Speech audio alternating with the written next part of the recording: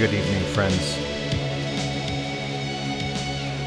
It's the Book of Very, Very Bad Things podcast, episode 2. Thanks so much for being with us. You know, it's undeniable the importance of the early 1990s. It can't really be overstated. From the rise of alternative rock, post-hardcore, pop-punk, grunge, industrial, goth, golden era hip-hop.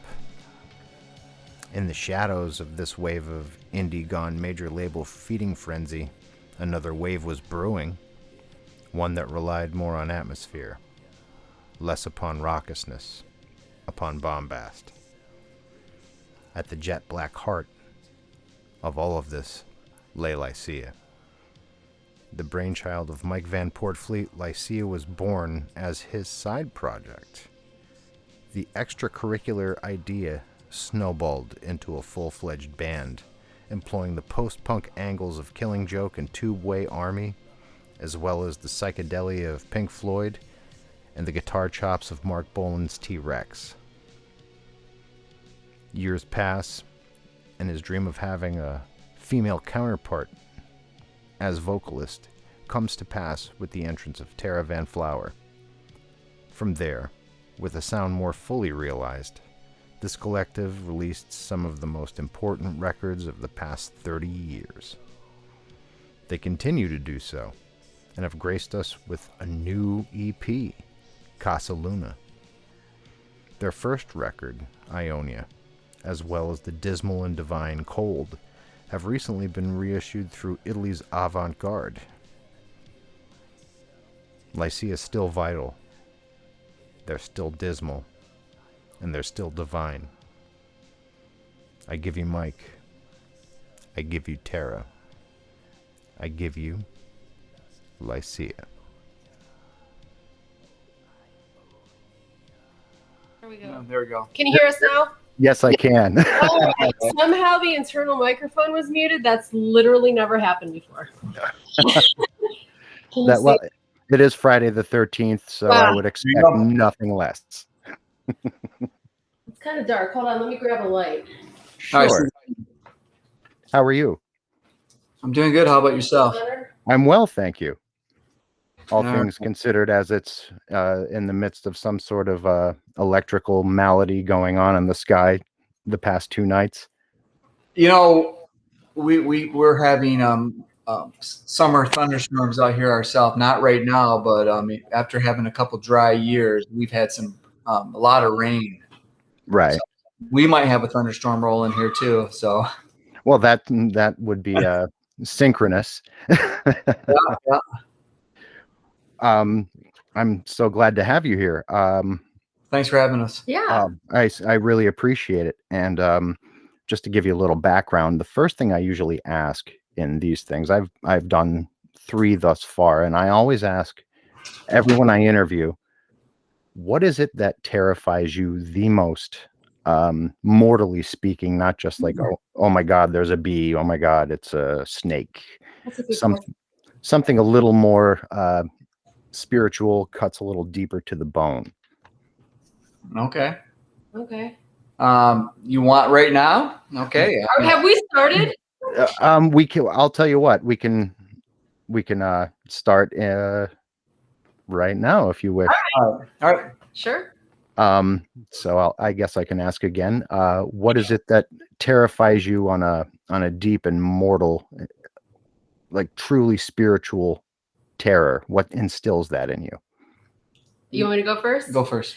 So ever since I was a little child, time has scared me. So just the fact that it's just keeps going and you have no control over it.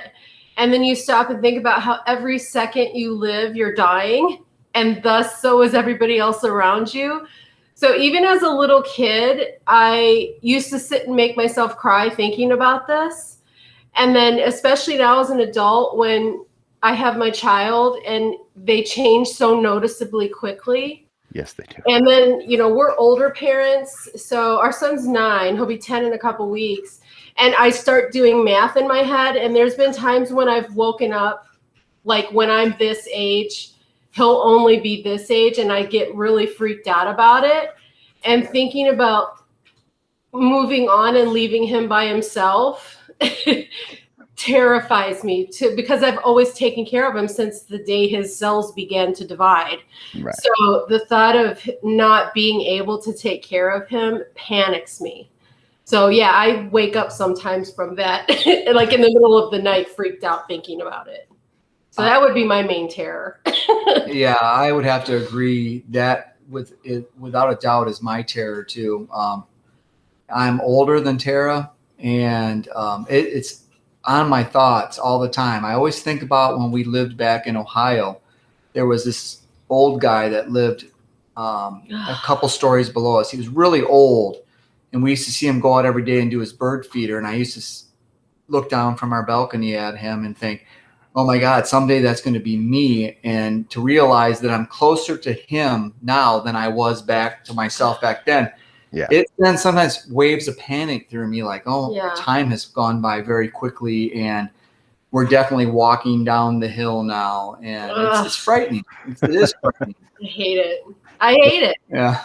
Especially with a child involved. My son's 2. I'm 45. Yeah. So So I'm an older parent. And yeah. Yes, I can relate to that. I was a first-time parent with our son at age 48. Yeah. And math played a part right from the beginning. Yeah. Yeah. Yeah. I was 39, I think. And, you know, because of being an older mom, I had to get all those special tests and, right. you know, so it's weird because you don't realize that you're aging until it's kind of pointed out to you in some way. And so from the get-go being called like a high risk pregnancy and Yep. just simply based on a number, how old I am, you know, it's just, so it kind of really hammered in that fear of time even more to me, you know? So yeah, that's a lot of my stuff that I write is about time and the fear of it and the hatred of it and the escape from it. Kind of, you know, probably why I love vampires so much, because they are unaffected by it. That very true. Yeah. So Oblivion is mine, and I think that actually plays into what we've been speaking of.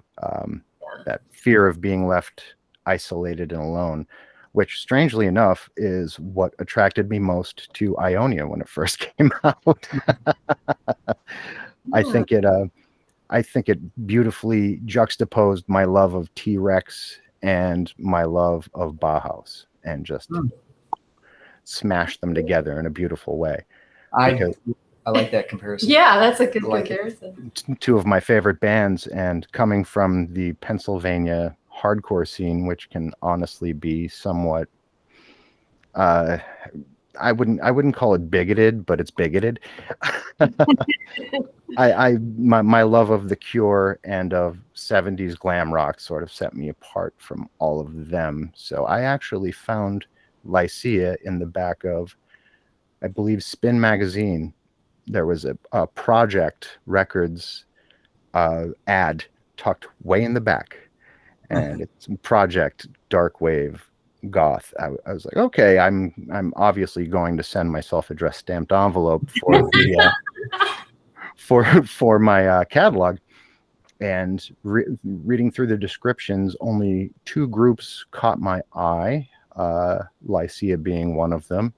The other, I honestly don't even recall any longer, because I didn't particularly like them as much as Lycia. So I glommed onto Lycia, and eventually discovered Sam's band, Black Tape for a Blue Girl. But I have to say, throughout that period of Project, he seemed to push you as much as he had pushed himself. And I have to admit, that's pretty great for a fledgling label owner to push you as far as he did in that time period. Mm-hmm.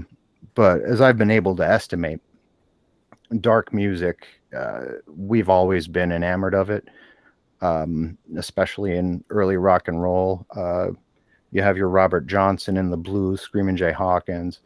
What do you think it is that draws us, especially people of our musical tastes, to that specific genre, that little line that connects or disconnects music. It's hard to answer. I don't really know. I mean, back in the early 80s, I remember me and my friends used to talk about how we liked dark, sad music, and that dark, sad music gave us comfort. And it seems strange to me. It doesn't make any sense, but I'm looking at the albums behind you right there. Yeah. And The Doors. No, I was a little boy in the late 60s, probably not much older than your son. And I heard Light My Fire on the radio, probably when it was a hit. And there was just something dark and mysterious and exotic about it that even as a 4-year-old, I was just completely attracted to it. And I go back to that summer all the time because it was that song, a couple songs by the Jefferson Airplane, White Rabbit, and Somebody to Love or Someone to Love. I can't remember exactly. And I Can See for Miles by The Who. There was just this dark mystery to it all. And I can't answer your question. I don't know what it is. There are certain people that are attracted to dark music, and the people that are unlike us seem to be quite repelled by it. Yeah.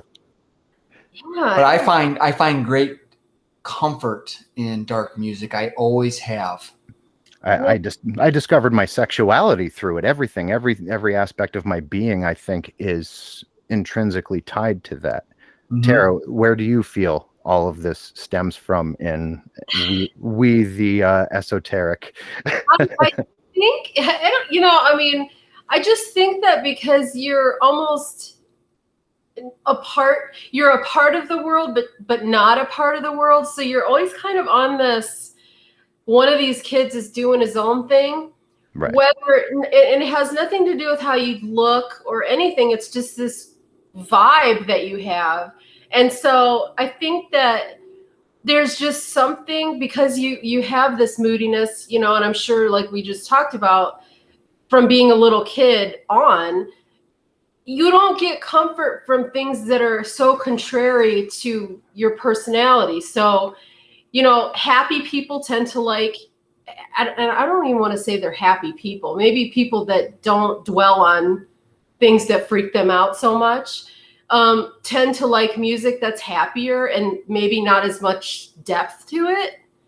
And then people like us kind of seek out that moody stuff, probably because it reflects a little bit more about what goes on in your mind, and like, I'm sure you're the same, where you're contemplating the universe and, what's here and after and before and alt dimensions and, all of this kind of stuff. And so you're listening to music that kind of fits that vibe because it makes you feel comfortable, like maybe you're not alone. Maybe there's this cult of people in the world that feel exactly like you do, even though you might be alone in your personal bubble situation, not surrounded by like-minded people or whatever. So it's definitely like this sort of comforting escapist. You found your cult, you found, not cult, I shouldn't say cult. You found your tribe. Maybe it's a cult, I don't know. But yeah, I don't know. I just think it's a comfort thing because it feels familiar and relatable. I think that's what made Ian Curtis stand out to probably all of us. An incredibly flawed, but absolutely unencumbered by anything surrounding him type of person. And people only know maybe like 2 to 3 songs from Joy Division, your normal passerby. But I think between what Joy Division had given to us in that very brief moment, they exemplified what post-punk should have been and could have been had anyone really been listening. And I feel very much the same way about what you have done, but I think Ionia ruined me in a very big way for a lot of other bands that got lumped in with you, but I think have nothing to do with you, because although I like London After Midnight, I don't think they have anything to do with you. To me, you are like dark psychedelic experimental rock, not gothic music. Not that there's anything wrong with goth or dark wave. It has more in common with Pink Floyd to me than your goth dance vibe. And I don't know. I actually have visions of both of you sitting home with your headphones on, listening to Dark Side of the Moon, going, you know what? I could do that better. Well, you probably saw me being antsy over here. First of all, thank you. I appreciate it. Thank you, because this is what Lycia is now, what Lycia always was. I think we were misrepresented. And you're right. I sit around and I do listen to Pink Floyd. The difference being is I never say I can be better than that. But you bring up psychedelic music, you bring up Pink Floyd, a prog rock band. This is this kind of stuff that I grew up on. And Lycia is an extension of that. You merge that with the post-punk stuff that really influenced me. That's Lycia. In 1993, Lycia played our first shows, and we went to California and played a club. It was the first time I really witnessed what was considered goth. And I was shocked. I had no idea. I mean, Lycia had been classified as goth because, Project Records was calling us goth, but I didn't know what that meant. I was a fan of Wire and Killing Joke and Joy Division, as well as the Roxy Music and David Bowie. And I didn't understand this goth scene, and I never understood our fit in that scene or in the classification that we got of being ethereal, because I always saw my vocals as being desperate and gruff, and ethereal is almost like polished, angelic singing. Yeah. I've always felt that we've been out of sync. Your vocals are more punk, right? My opinion. That's my opinion. Yeah, well, that you're right, because I went from you mentioned glam rock earlier. I'm also a big glam rock fan. I love the Sweet. I saw Sweet in 1976 when I was in 7th grade. There watching Ballroom Blitz being performed live. It was amazing. In the 70s, I owned Roxy Music albums, and I was into all that stuff. And like everyone from that era, you progressed to punk. Punk was a big part of my life. Yeah. It opened the door, and then post-punk opened the door farther. The 90 definition of goth, I had already been doing music since 81.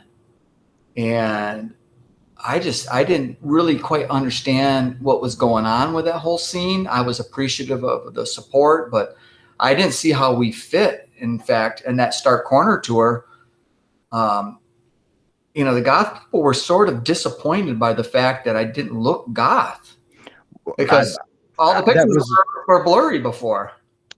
All the pictures I remember the pictures of Lycia, and you couldn't see anything. And the first time I'd clearly seen you, Mike, you were in a flannel, and I said, "This is my guy." Yeah. Hey, I'm not going to complain about people supporting us, but what I've always struggled with is people wanting me to be something that I'm not. And all the bands that we've discussed before have been honest bands, just doing what they do naturally. And that's all I've ever wanted from Lycia. And I don't want us to be restricted by any particular style. I just want to go where it goes and just be honest to ourselves. And, we've been called goth for so long, and I'm like, do we really even have any goth songs? We have moody songs, and it's dark. It all depends on what your definition of goth is, because there's some, to me, goth is a very specific thing. Like you mentioned, London After Midnight, Christian Death, like 45 Grave, that kind of stuff to me is goth. It's death rock. Yeah. Yeah. And we don't have anything to do with that. And so it was always weird to me. Like, The Cure is not a goth band, Killing Joke is not a goth band. Joy Division is not a goth band. So it didn't make sense to me to hold us to these like goth standards when that wasn't our thing anyway. And so it was frustrating at times.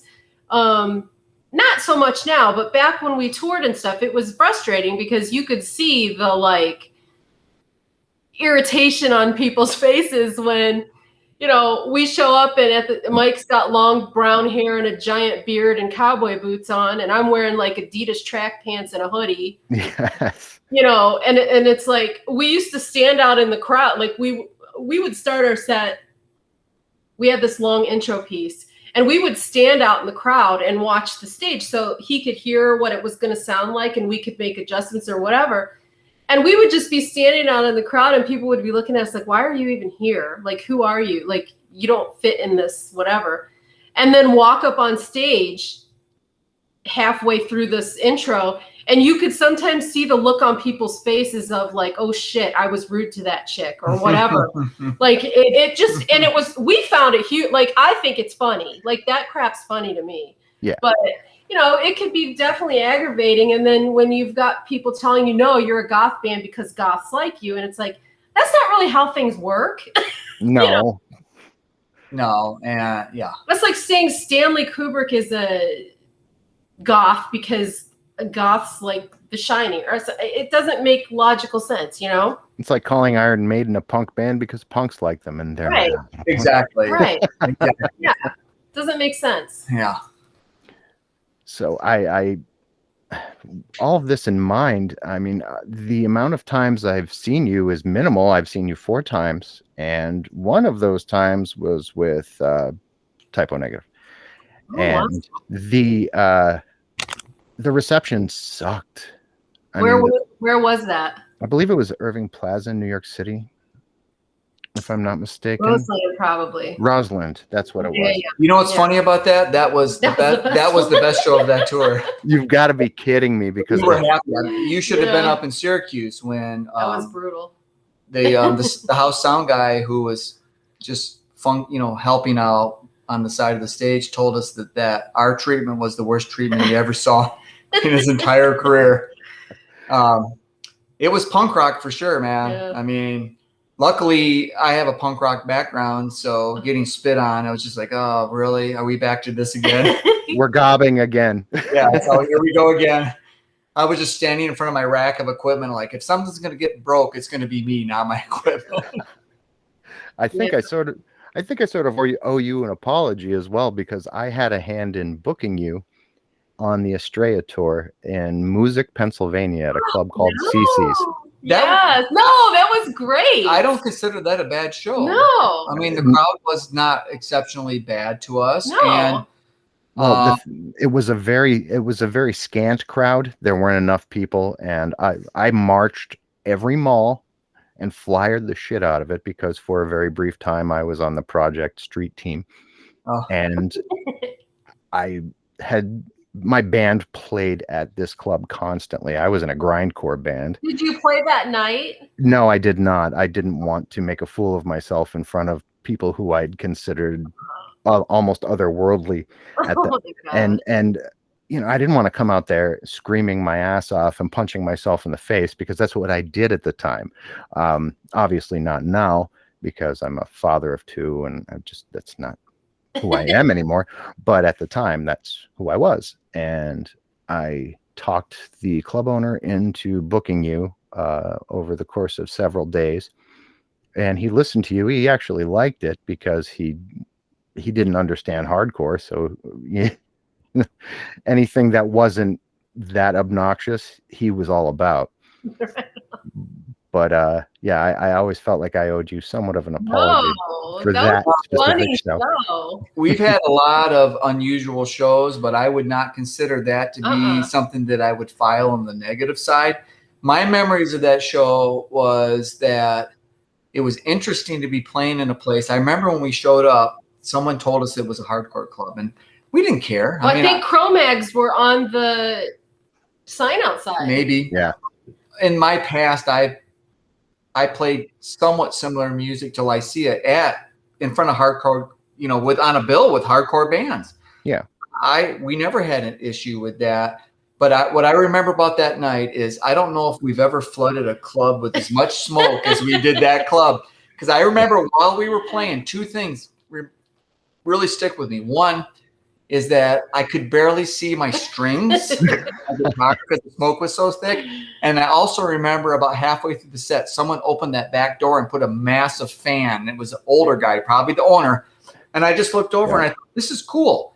He's putting a fan on as opposed to some other places that come up and start screaming at us on the stage. Yeah. No, music was all right. It was all right. I also remember that our roadie laid down in the middle of the stage on the floor in front of us while we were playing, and ran the smoke machine, and nobody could even see him because there was so much smoke. Yeah. And that one of the bands that played before us, the drummer only wore little bikini underwear. And you were standing with your mag light, like, don't touch my equipment. Yeah, the drummer was like set. He was wild. He was a very energetic drummer, and he was inching closer to the equipment. Because he was so energetic, his drum seat was slowly moving back, and it was right next to the my effects rack, and once again we had to protect that effects rack. Yeah, because I mean we didn't have money, we had really no tour support, and so it was like if that rack gets wrecked, the tour's done. So I remember I had this big mag light flashlight, and I was like, I really hope I don't have to use this, but I remember my dad bought that for you before we left. But no bad thoughts at all about music. Yeah, that was great. We had some bad shows. Stayed in a great Holiday Inn while we were there. There was nothing bad about that. In fact, we were wondering about that show because it was a smaller town, but no, it was a good show. Good show. Yeah. It was all right. I mean, we always liked going into places where we were wondering, like, is anyone going to show up? And then we go there and we're like, wow, we're in like a smaller place and there are people actually showing up. Yeah. Another city that was similar to that was my hometown of Grand Rapids, Michigan. We went there and I was like, this is my hometown, and I wasn't expecting a lot. And, it went. People showed up? People showed up and it went well. I mean, it was just the way it was then. I mean, music wasn't. I don't remember that show being any less populated than maybe what we did in Oklahoma City or Richmond, Virginia, or places like that. The other small cities, Yeah, and we were appreciative at the time. We were very appreciative. I mean, any show was a good show, really. I mean, we played that show in the middle of. We did 27 shows in 30 nights, and we thought, wow, this is amazing that we are actually able to be booked 27 shows out of 30 nights, and 2 shows were canceled. Yeah. So it was originally 29 out of 30 shows, and the 2 were canceled because of conflicts with other shows. I mean, I still remember back here in Tempe, Arizona in the early 80s. I mean, I felt fortunate to be the first band on a Tuesday night bill. Yeah.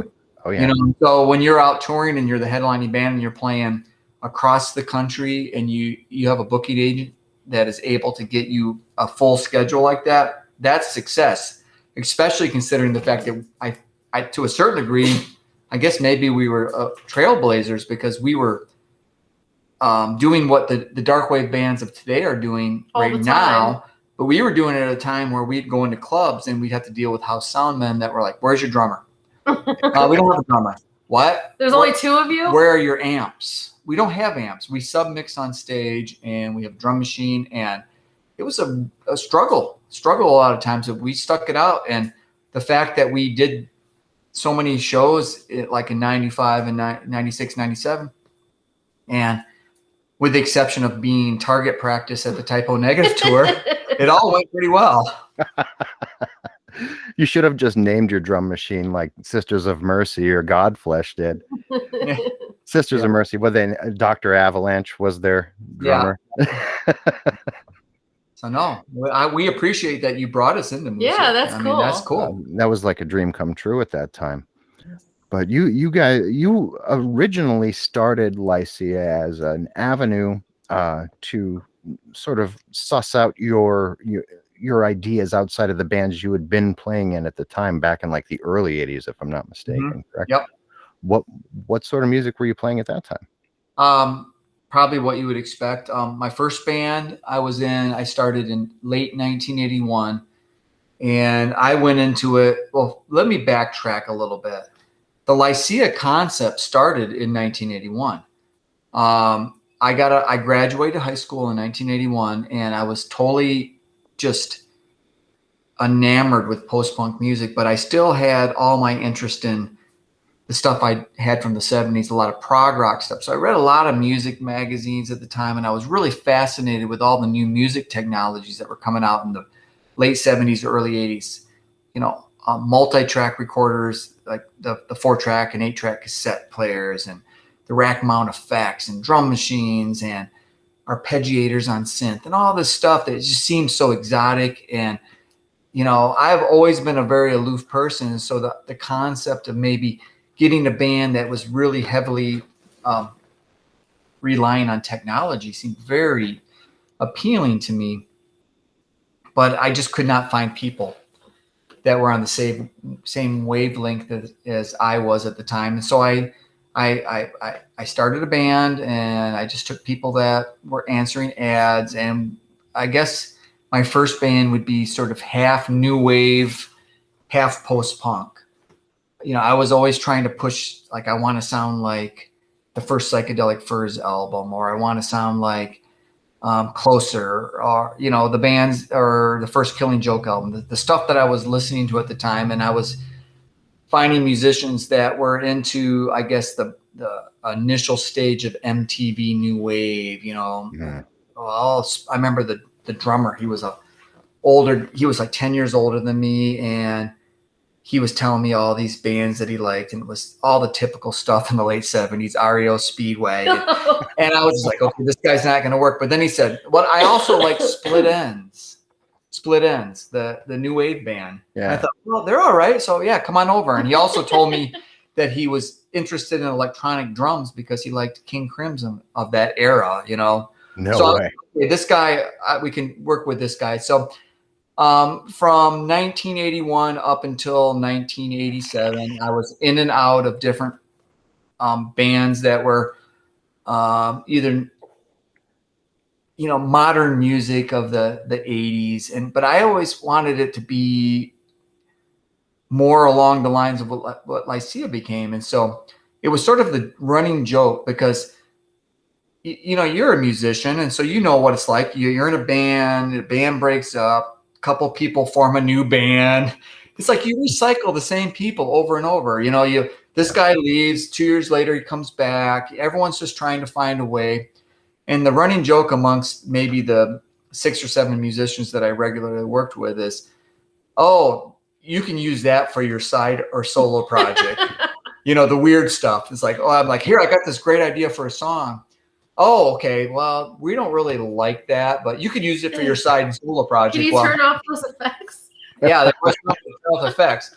Well, after a run from 1981 till early 1988 of that, and I was just so frustrated that nothing ever happened, I was going to quit music. And I thought, wait a minute, maybe it's time to give my side and solo project the full attention, as opposed to just writing these songs in my room and daydreaming. And that's how Lycia really got going. But I don't know if anyone really understood what I wanted back then. But then again, in all fairness to them, I kept it pretty private and quiet. I was unsure. I thought if I brought my ideas that they would think that it wasn't good. And if you think about what Lycia did in the early 90s, I don't really know how that would have meshed in 1982 or 83. It was slower. When you would go to play club shows at the time at like the new wave clubs, it was all about music that was danceable. But if you went to the underground places, it was just about being weird and strange. And what I envisioned was somewhere in between those two places. And because you're in between, you don't fit in either side. Right. Yeah. But what's interesting is you flash forward to especially in Flickers and Casa Luna, and there are danceable elements now. Mm-hmm. They're a lot more tasteful, but there are those danceable elements that I think bring a different element to the song dynamic that drives it. And it's not the focal point, but it is a fulcrum. And I found that particularly appealing. I think in Flickers, it almost felt like the beginning of a new era of Lycia. And I think Casaluna just continues in that, although they are very different records. You can tell it's in the same mindset. I I don't feel the same sense of despair, and that's a great thing. It's almost like watching a human being transcend their own misery, and kind of looking backward, like, yes, I can still feel like that, but this is what I think about it now, and this is how I present it now, and it's a hell of a ride. I mean, you've had an unbelievable career, and there's not a stinker in the lot. Well, thank you. Thank you for that. There's a song on In Flickers that I think explains everything in absolute detail. First of all, In Flickers and Casaluna are the two releases that I'm most satisfied with, because they're the two releases that I absolutely refuse to do any sense of compromise. Zero, zilch. The past albums have all had compromise to a degree. Maybe not my solo album or Quiet Moments, because Quiet Moments is to a certain degree a solo album.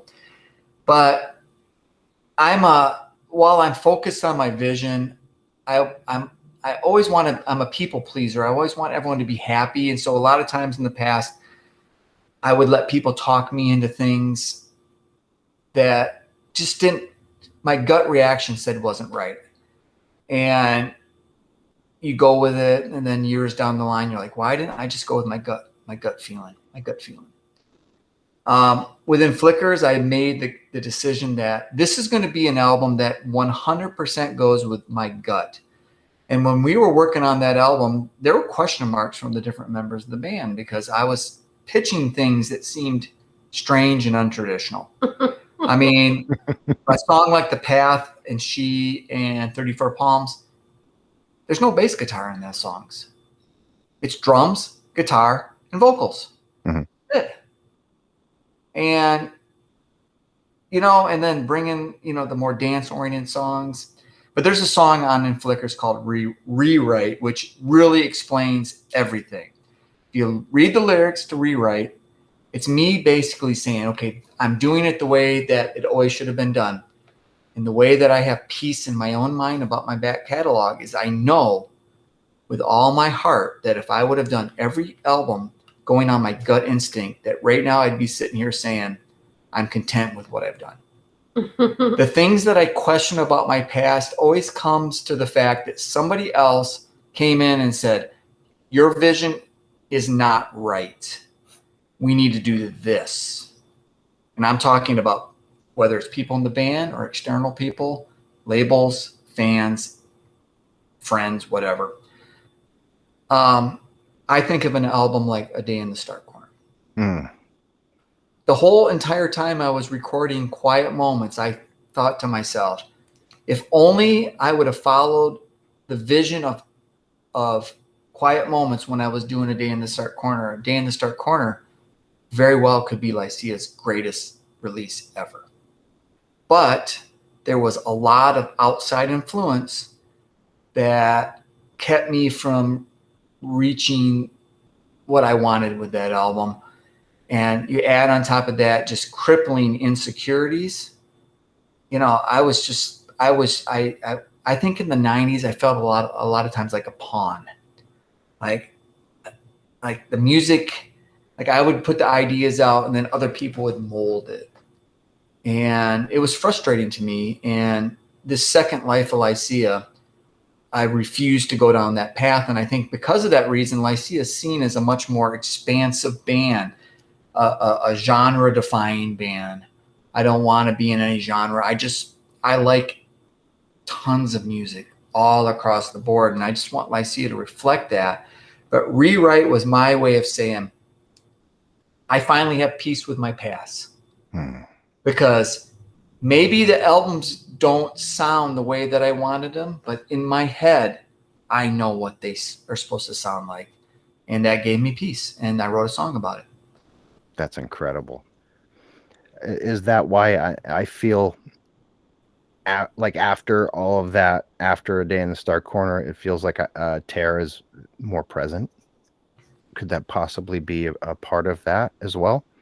A part of the focusing the vision, or the vision being less focused? The vision being compromised by exterior elements. No, nothing to do with Tara. Tara has been a dream. No. What I meant to say was anyone stifling Tara? No, no. Actually, initially, well, with Burning Circle, with her singing on 2 songs, everyone thought it was cool. With Cold, Cold is, I think, our best album of the 90s. And no one complained about Cold, but I think when Estrella came out, there was a lot of resistance. But yeah, I mean, I remember reading reviews that I ruined the band. Oh God, I couldn't disagree more. I mean, that's fine. That doesn't, it doesn't bother me, because it's like, as someone who is fans of other bands, you know, you get it in your head what you like, and then when that changes, I get that. I mean, Jarbo went through the same thing. People with Swans, yeah, absolutely. He ruined the band, so I'm in good company. It's fine, but you know. And let's just be honest. I mean, when John Fair and I were working on Lycia before we ever had a contract or any kind of, I mean, we were like completely obscure here in Arizona. We were trying to recruit a female singer. We always wanted, Lycia from the very beginning, always wanted to have that male vocal, female vocal.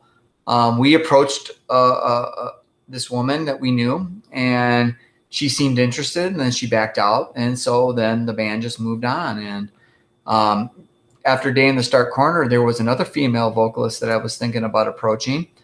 And then shortly after that, I met Tara and I approached her. And so this was part of my, you know, I visualized it at some point, and I didn't care. When Estrella came out and people complained, I'm like, well, this album is realized. This is one of the albums that was realized in the 90s. And I was very, very happy with that. When I complain about albums of the 90s and feeling like it was compromised, that's not an album that I felt was compromised at all. Though there were compromises on, not with the music, with the artwork and external crap. External stuff. But in terms of the music itself, no, not at all. But I mean, we were still coming through this stage. I mean, it'd be really easy for me just to point fingers at people, but I mean, if I'm going to point fingers at anyone, to point it at myself, you know. Right. The second round, I've taken control of my destiny. You know, I always felt not worthy in the 90s, and so I just was like, I felt fortunate to have anything that we had. And if taking scraps was fine. If somebody like gave their suggestion and I disagreed with it, and if they were like a little bit more assertive than me, I would be like, okay, well, I guess so. But no. My advice to younger bands is just stick with your vision, because it's your vision. Yeah. And just stick with what, I mean, it's better to fail sticking to your vision than to succeed in compromise. And then really regret it later. It is, because it's really hard to right that ship once it's sailing. Yeah. And I mean, there's a lot of stuff from the early days that I have problems with, but I don't like to bring them out, because then people will know what you're talking about. I don't want to point out. Look for it. Yeah, they will look for it. I mean, people like the albums. Plus, you don't want to ruin somebody else's, like, that's my favorite album, and then all of a sudden you're hearing all this negative stuff about it, and then you're like, oh. And you're like, I thought the sun shined out of their ass on that one, and picking it apart. But, like, I don't want to hear Robert Smith picking Disintegration apart. Like, oh well, no, then I would just turn the volume off. Pornography and Disintegration, they do no wrong. Don't look at the thing I just read a couple days ago. Oh, I know. I saw that too. I didn't read it. Don't read it. I saw the headline and I didn't open it up. Because I am similar. There are albums that I really love, and I know that the people that created them have issues with them. Mm-hmm. I'm like, don't tell me.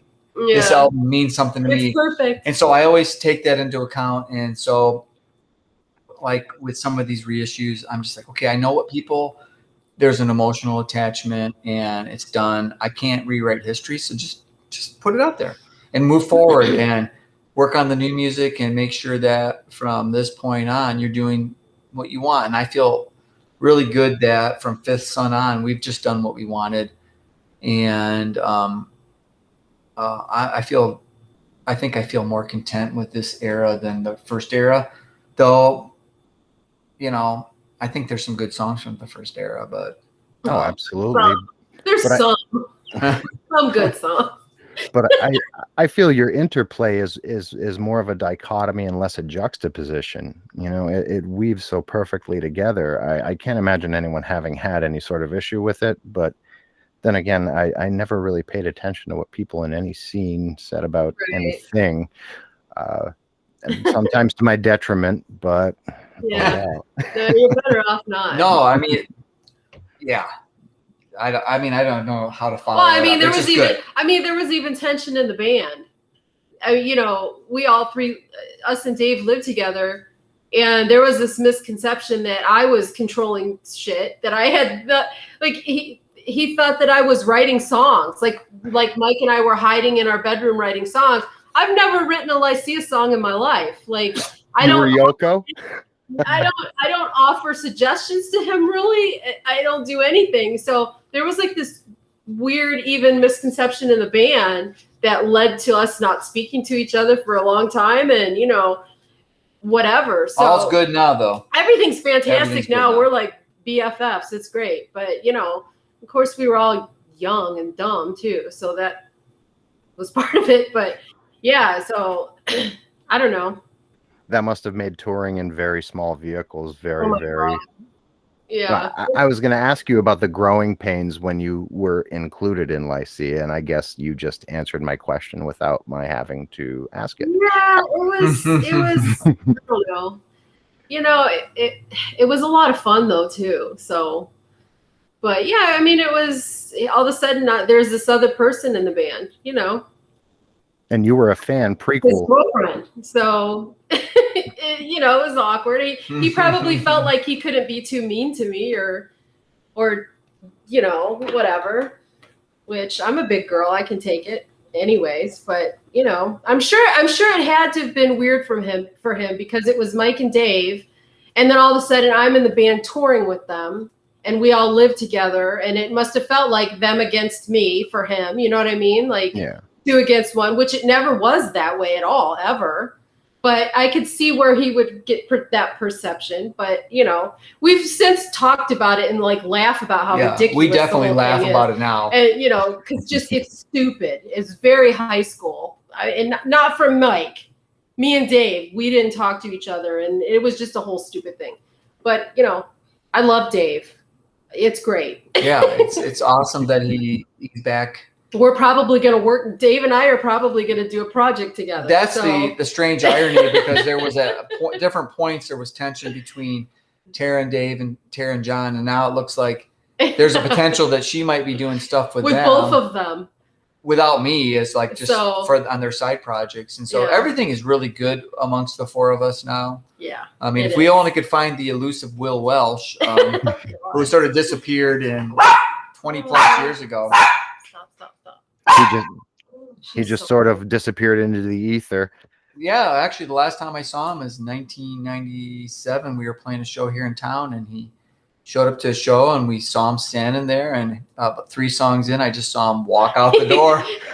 He made a show of his walking off. It's like, he just Elvis has left the building, and no one's ever heard from him since. I mean, he took his ball and went home, and that was it. I mean, I think he wanted Mike to know, bye. So I mean, if there was any way that I could fix up things like that and have him come back and be part, I would be a happy camper that all 5 members of Lycia were back on board, because there was a time where I didn't think that Lycia, John or Dave, would ever be back on board. But everything is really good with the 4 of us now, and maybe it's because we're older, but I mean, we're all good. We're all good right now. Now, if we could just get over our weird social anxieties and could go play some shows together or something. I can't leave the house. I don't know about you two. Yeah, same. I daydream about that, but the impossibilities of that on so many levels. I mean, everyone in the band has their weird hangups. Their issues, their medical stuff, and on top of it, I mean, Lycia has Lycia has a sound, but stylistically we're all over the place, and try to make it all work. It's, you know, it would be a planning nightmare. Especially since we're all in, you know, different states, and Yeah. nevertheless, dreaming's free, right? Some very good friends of mine, the band Neurosis, who did an album with Jarbo. Yeah. There's not one member of that band that lives in the same state. Not one. Really? They get together, they create these psychedelic, demonic explosions of sound, and then go their separate ways again. Now, you can do it. Yeah, I know we can do it because, I mean, we do it with our albums, but sure. You mentioned that band. You know Josh Graham? Yes. Yeah. Josh Graham is an old friend of ours from Tempe. That's in amazing. fact, the Burning Circle tour, he was going to be one of the musicians that we brought along. Yeah. Yeah. And then it just didn't work out. It didn't work out because of a lot of different reasons, but actually, that was going to be that Type O tour. Yeah, we were before we did the Halloween Type O Negative tour, they had asked us to do a full US tour opening, and it fell through, but we were looking for other musicians to help us, and through a friend of a friend, we met Josh, and we asked him along, and we actually briefly had a side project with him too, that we recorded some songs, and Dave Gallis accidentally deleted the files. You gotta be. When the files were deleted, the project ended. Yeah. But the project was to include, Tara wasn't involved. I wasn't. But all the other four members of Lycia, including Will Welsh, another friend of ours. No, it was just the four of us and Josh. It was going to be the four of us and Josh, wasn't it? Mm-hmm. Yeah. That's I always said one of my dream tour packages would have been Lycia Neurosis, and the Neurosis crowd would go for that. That would have been fun. You can believe that, because people who listen to Neurosis are normally either drugged out crust punks or me. And people like me like Lycia. I tell you, it really was a saving grace for Lycia. You know, we spent the decade of the 2000s pretty much stagnant. Well, we did some reissues and did some solo stuff. Here, in terms of the creative aspect, it was dead for almost 10 years. And it took a guy, his name was Rich Lauren Balling of Handmade Bird Records. He had constantly pitched me for like about 2 years about doing a cold reissue on vinyl, and I was just like, I'm done. Lycia's done. No one cares about it. And he pitched it, and it was the smartest thing we ever did to agree to do that, because he single-handedly exposed Lycia to that whole crowd that you're talking about, that Neurosis crowd, the post-metal crowd, the doom metal crowd, the experimental, noisy electronic stuff, the dark dance, you know, whatever, I forgot what they called it, but the darker styles of dance music. Witch house stuff? Witch house stuff. Witch house, we were completely oblivious to that stuff. Still pretty much are. And he reissued Cold on vinyl, and immediately we got traction in these new scenes, including this brand new dark wave scene that seemed to be evolving at the time.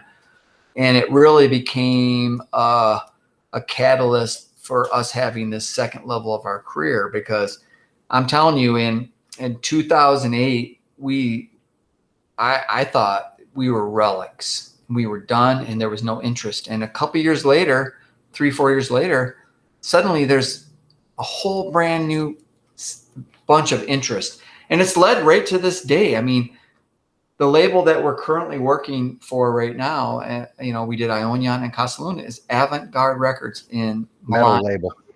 It's a metal label. Yep. And I'm telling you, the doors that they've opened for us is a continuation of the doors that Rich opened for us.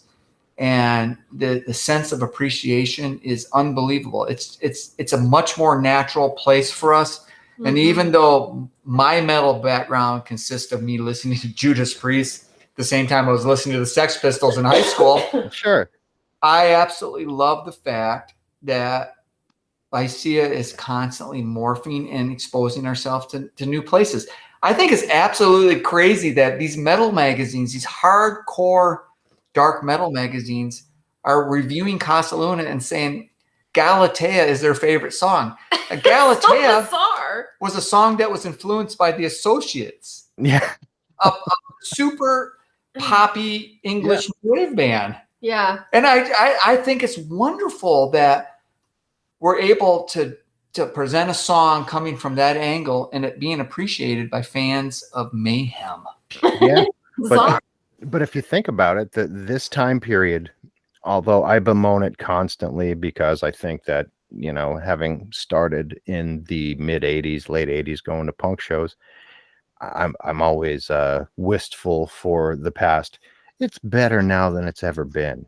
Yep. I agree. You can truly be whatever you want. You can be in a mayhem or any black metal band t-shirt and listening to Diamond de Galas, and you know, and there's no disconnect. Nothing pulls the pin out. You could be a straight edge kid and have makeup on and go and see London After Midnight, and it's not really a thing anymore. Right.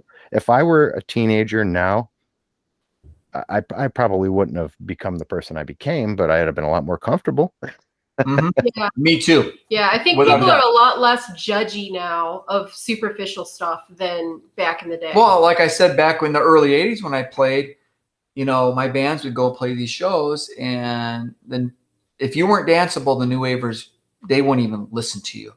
And if you played the punk clubs, if you even remotely looked like you were MTV, they wouldn't listen to you.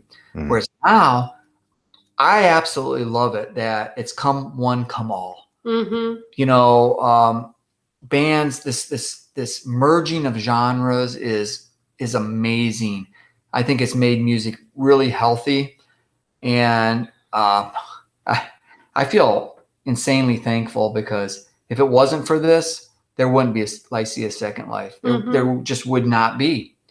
And the fact that we get people, you know, via our social media, people contact us, and this person will be totally into doom metal, and then the next person is totally into like synth pop of the 80s, and they like Lycia. And I have a very short attention span. That's why Lycia will do an electronic album, then do an acoustic album, and so this is where I wish I was 20 years old right now. Yeah. Because we would just tour nonstop. Yeah, I mean, minus COVID. I mean, if we were in our early 20s now, I would be setting up for nonstop touring. I wouldn't even have a house. No.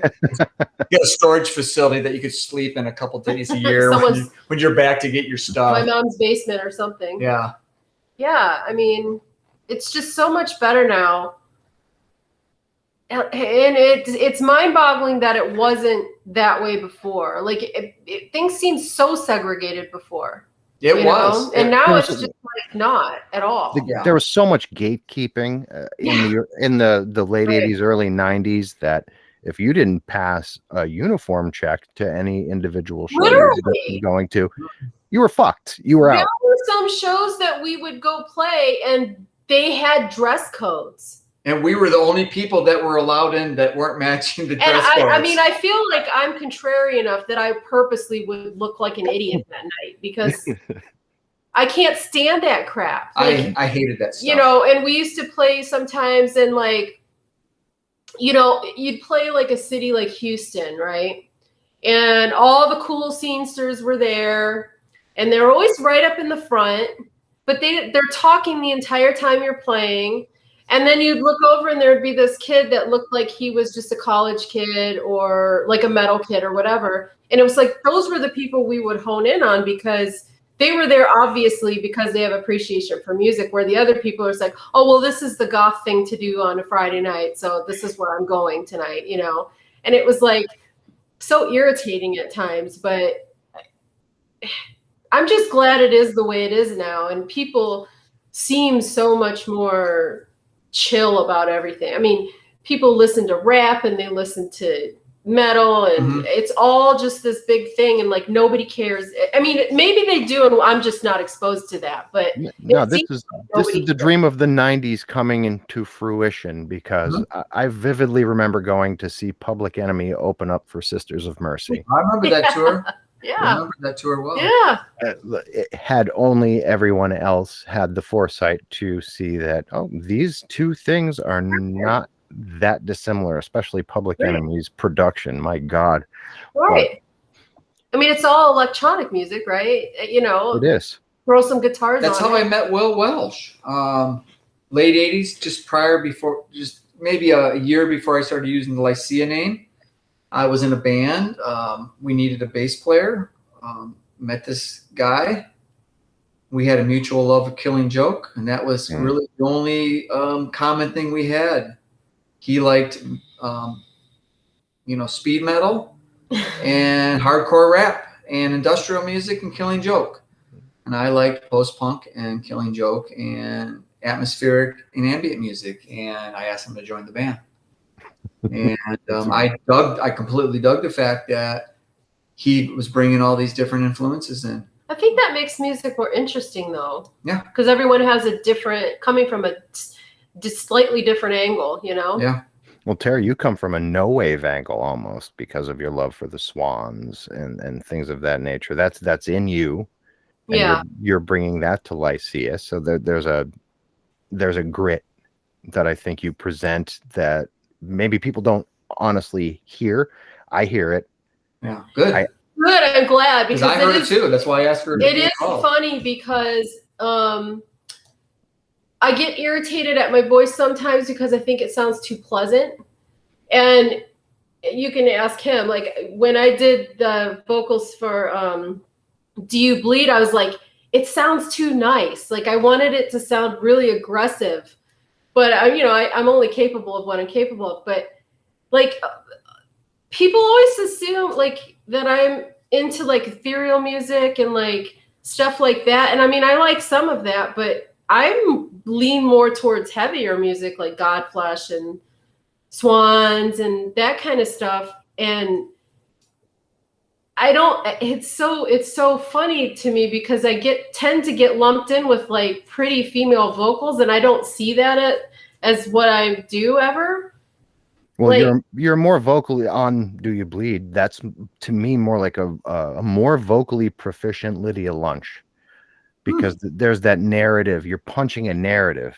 Well, thank you. Like it's almost like spoken word poetry shot through the prism of a human being who actually has the pipes to sing, and that's what I gleaned from it. But I sit and I over intellectualize everything. It's probably why I need to be medicated.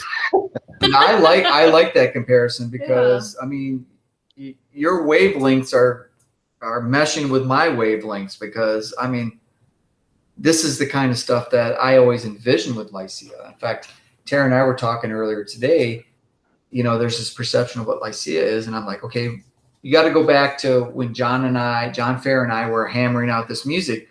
We were trying to meld Big Black with Cocteau Twins. And if you listen to our early demos, that's what it is. It has atmosphere, but it also has this noisy, dissidence to it all. Yeah. And that's what we were trying to do. We, bring in a lot of different influences and not trying to just fit into something. Well, and for me, we didn't even care about fitting. Right. We're just doing what you're doing. Just doing what you do. And and for me, like when I first started singing, my two huge, I'm going to give three huge influences. It was Jarbo, Katie Jean Garside, and Robert Smith. Those were the three vocalists that I related to the most. Now, let me tell you why I asked you to be in the band, because what I saw was, as he said, the connection to the whole no wave stuff, which I was always a fan of, but also that whole World Serpent type stuff. Well, yeah, that was a huge influence on me too. That was something that wasn't really reflected in Lycia, and I thought, well, I've always wanted to have a female vocalist also to be in the band, and it would be cool to bring that kind of element in. So when I heard your initial demos and the quirkiness of them all, I thought, okay, well, I'm not a big fan of the demos. I can hear in your vocals what I want in Lycia. Yeah, I should upload those sometime just because they're so off the Charts. They're very quirky, to say the least, but I really could hear this tonal quality that I was looking for. I never wanted to have a female vocalist that sounded ethereal or pretty or nice. I wanted something with character. I go back to, you talked about the punk rock days and the pre-punk and glam rock. It's about being a musician that plays, that has character, and not just, relying on some kind of predetermined template sound. Yeah, that I don't so like many that bands, either. I think, so many bands in the 90s had this sound, and sometimes you couldn't tell the bands apart. Still can't, to a degree. Yeah, and it's important. Like the bands that I really love, like, does anyone sound like the Doors? No. No one sounds like the Doors. The Doors were the Doors. Well, I want Lycia to be Lycia, and when I had a female vocalist, I wanted it to be. I want people to hear this voice and say, "That's the girl from Lycia," not just fill in the blanks here. Here's just an ethereal vocalist that sounds like any other ethereal vocalist. I want it to be, you hear Bjork, you know exactly who that is. Mm-hmm. And I wanted that. I wanted it to be original, and I also, most importantly, I wanted it to fit into this sort of crazy, undefinable Lycia path that I lay out, that I can't define it, but when I heard her vocals, I thought this could work, and it did work, because she came out and really with no rehearsal whatsoever. That was one take. Did the songs for Burning Circle, and me and Dave were like, okay, sounds good. You got it. Wait, that was one take. Yeah, we did that in one take. Both songs, yeah. Yeah. We're old school, back then at least. It was analog. Go in the studio and just practice our parts and get it. Unfortunately, the Lycia of the modern age is, the studio wizardry. No. The home studio stuff really helps us at this stage here. Well, something, as much as I like to romanticize the analog, and as you can see, I prefer my vinyl because I'm one of those. It's a pain in the ass. I'd rather record at home myself. I do power electronics music on my own as well. And I used to do that to cassette. That gets expensive, and you're better off. Really? Yeah. Stop. Yeah, there's the culprit right there. She's a small dog that packs a loud barking punch. Wow. And believe you me, there's numerous recording sessions that have been interrupted by her or one of her pet comrades. Yeah. Before her, it was cats. Yeah, we used to have cats that would just meow nonstop. You hear them in the background. In fact, if you listen real closely on some of the albums, you can hear a couple cats of meows and here and there. ankles cracking. Yeah. And birds singing in the backyard. Yep. Well, we have dogs, cats, children. We've got it all here as well. So speaking of children, not to cut you off, but I thought this was hilarious. So our son, school just started here, and he got a new water bottle to take to school with him, and he stuck Lycia stickers all over him. And so I said to him, I go, did anybody ask you what those were? And he's like, yeah, I told him that my parents are in a band. And I'm like, what did they say? He said that I was lying, that I was a stupid liar. And I'm like, well, they can Google your name. Because I find it hilarious that if you Google his name, he's got like a page that he gets credit for his Discogs. Yeah, page. He's got a Discogs page where he gives his, and he's 9. Yeah. And I find that hilarious. I'm like, just tell him to Google your name, Dirk. It's in there. That's incredible. It cracks me up. God. But they're like, they said I'm just a stupid liar. I'm like, oh, whatever. Are we gonna hear from Violet and Roman again? Oh, for sure. Yeah. I've got one book completely written. I just need to edit it and upload it. And then another one is about a quarter of the way through. Yeah, I'm never going to stop doing that. Okay, good. I hadn't heard anything about it for a while, and I was left in the lurch. I just wanted to make sure. Yeah. I love writing. There's just no time. There's so much to do, and You know, the damn day job hogs up all of our creative time. We'd probably have like 3 more albums and 15 books if we didn't have these day jobs. Yeah. It's hard juggling everything, It but is. I mean, we're still moving forward. We got other things going. Yeah. We've got some other stuff percolating right now. Like really percolating. Well, I don't feel comfortable really. Hey, you brought it up. I always feel like I'm going to hex stuff, but on Casa Luna, there's a couple old songs revisited. There might be some more exploration of some other older songs. And there's the things with Avant-Garde have gone so well that there is another reissue that is 100% going to happen this fall. And I'm not going to say what it is, but I'm going to say it by not saying it. Ionia celebrated an anniversary this year, and it was released. Another album's going to celebrate another notable anniversary this year, and it will get a full vinyl treatment and a CD treatment on Avant-Garde this fall. We've already. I won't say a word. It's already been sent to them. We've already picked the vinyl colors. Everything is ready to go. It's going to be so pretty. And the announcement will probably come soon. But it's going to be so soon, I'll just say it. It's going to be cool. All that. And you're like, it's cold. Yeah. I'd surmised as much, but I can pull the pin right out of that in editing if you really want it's going to be. I mean, things are so casual with us in Avant-Garde, and they're so cool to work with. They're awesome. It's going to happen. There'll be more reissues after that, but you got to try to space them out.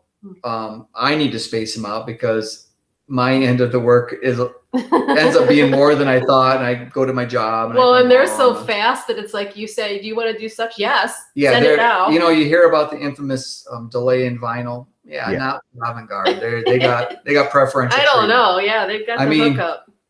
I'll just tell you the funny story about Casa Luna. We promised it to one label. That label didn't work out. For no need to go on private stuff. Then we took it to another label, and they had issues. So that was in March. Being very diplomatic. That was in March or early April. So we somehow navigated to Avant-Garde, and it came out in June. So do the math. I mean, from the time that it wasn't even a deal with them to it actually being on vinyl in people's hands, it happens quick. They're awesome. It's a great place to be. It really is. I wish it was a place that we could have found a lot earlier, because I think if we would have found that we'd probably be living in Italy right now. We would. Well, it's by far the biggest label we've ever been on, and it's they're awesome. It's regretful that we never got over to Europe. Like I said, we're always out of sync, and right at the time when Europe was offered to us for touring, I had some health issues, and then things just sort of crumbled after that, and so we never had the opportunity. But anyways, I'm not complaining. I mean, things work out the way they do, and everything happens for a reason. And my mom's famous. We're in a good spot right now, and we'll just ride it until we're not in a good spot. Ride the wave till it spits us out on the beach. I felt for a long time that we're sort of like on borrowed time. I mean, think about this. We're in a band. We have this relatively good time in the 90s, and then it just goes away. And to have a second wave is, I can't awesome. I can't even tell you how humbled I am by the whole thing. I mean, to have a second wave, and it's hard to believe. It's bizarre.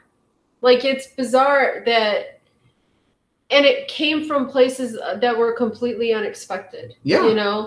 Like this whole metal thing. How are we on the same label as Mayhem or whatever? I don't. Well, it's fucking amazing. Yeah, I don't get it. I feel fortunate. Well, the metal people love you guys. I think that's probably where it's coming from. I mean, very briefly, before he unfortunately passed away, Pete Steele lived in my area, and I would run into Pete in bars, and he he would talk about you guys. I mean, and it was not a big surprise because you were on their final album, and the touring together. But people of his ilk and of his station were always pretty open about the fact that we love Lycia. Like he was so sweet. He was so good to us. Like, and it's bizarre because, like we've talked about it so many times, him just mentioning Lycia casually in an interview was as much press, like as much promo as sometimes the label did. Like, it's bizarre. I mean, to this day, I'll get emails from people saying, I got into Lycia because of Peter, you know, and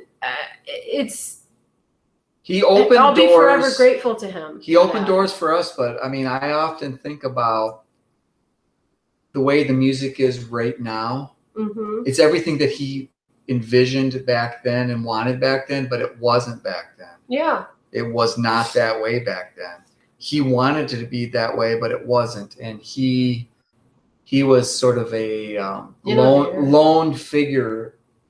And I know from talking to him, he was very frustrated that he couldn't explore that kind of style himself more. He wanted to explore it more, but he felt it was going to be difficult because of the climate of 90s metal. Mm-hmm. But I man, he would be thriving now. He would be thriving now. I mean, yeah. He sort of opened the door for a lot of what's happening now. You wouldn't have the Deftones or any of those bands. No. I mean, none of that would have been happening. Right. They're basically new wave too. I mean, I don't know where it all started, but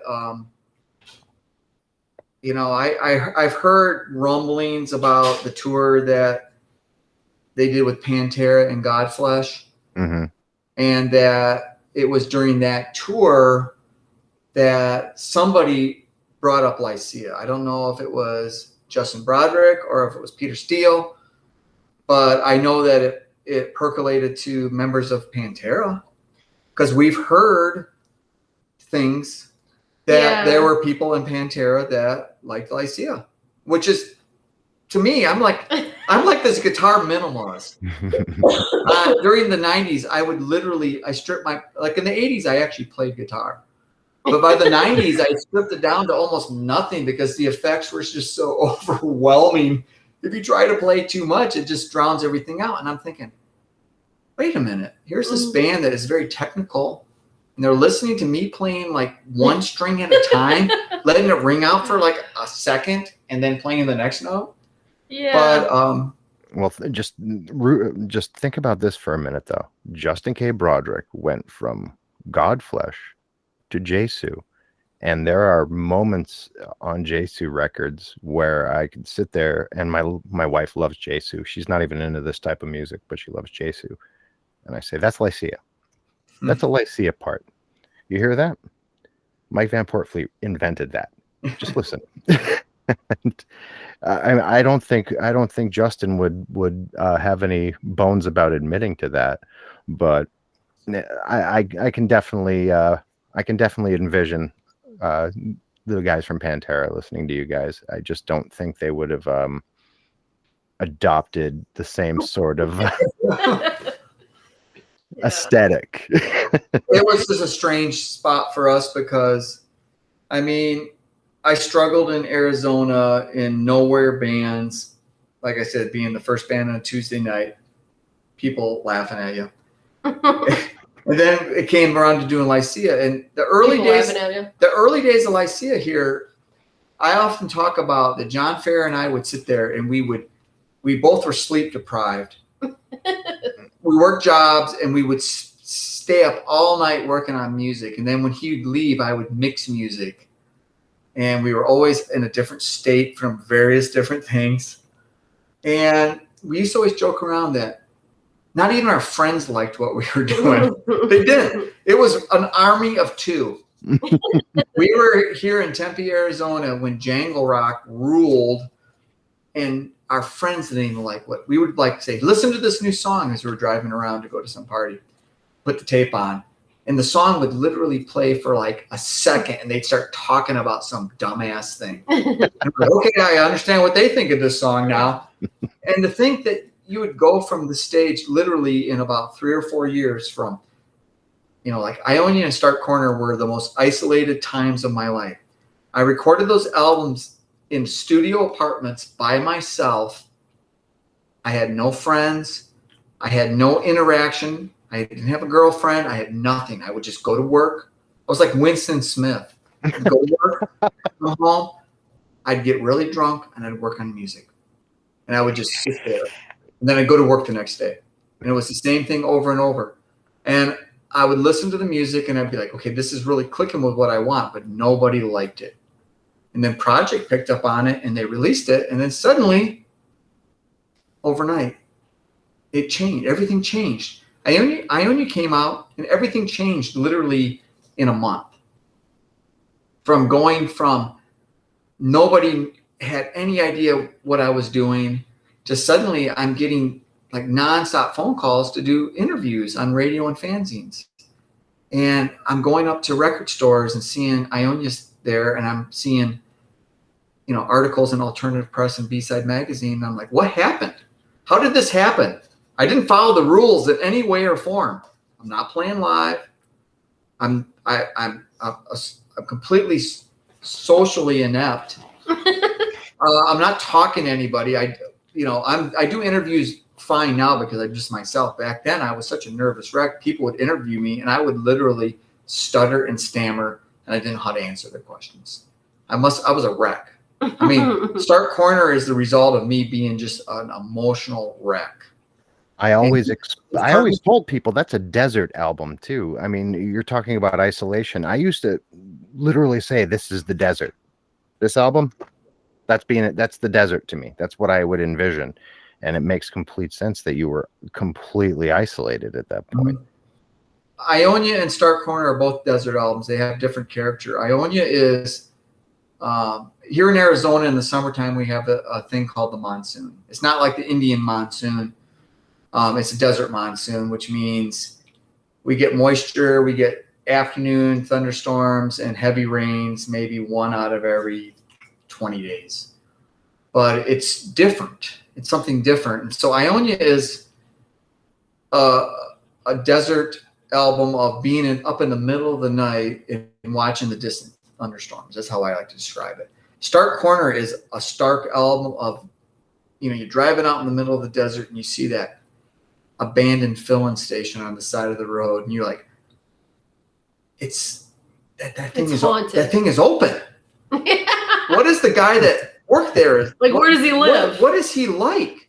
Yeah. And so the central figure to Stark Corner is that guy. Yeah. He's that guy in that filling station in the middle of nowhere.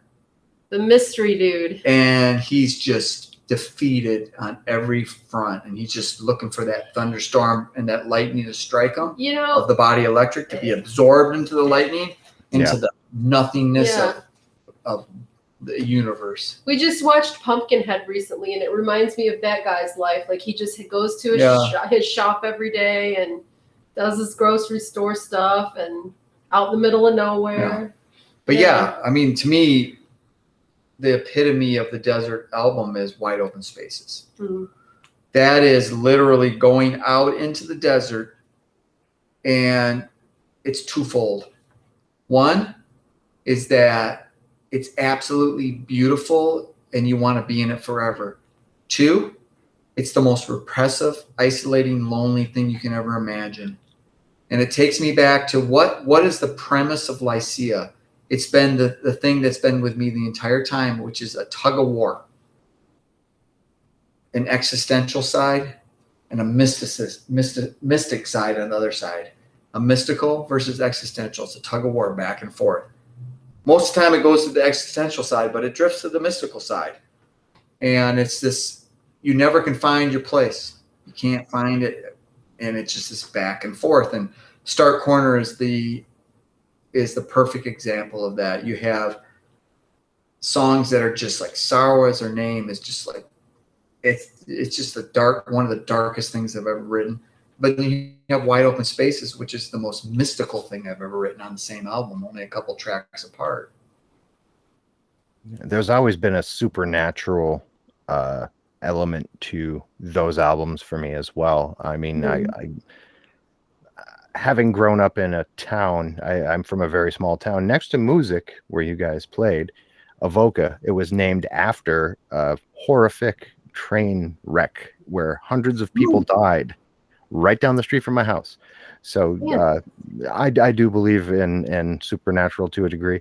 And to me, those two records really reeked of that vibe I would get when I was walking home alone every single night with my Walkman through that town on those railroad tracks, the very same railroad tracks. That is cool. Well, I'm glad to hear that. That is cool. Those are definitely two haunted albums to me. They're haunted. There's ghosts throughout that album, both of those albums. So I love the fact when I hear a story like that, because that's what we do music for. That's also with Bleak too. Spirits. Bleak as well. The Vein record. Oh my God, that is, to me, that's also very haunted in a kind of different way. I think that falls in line because of that time period, perhaps.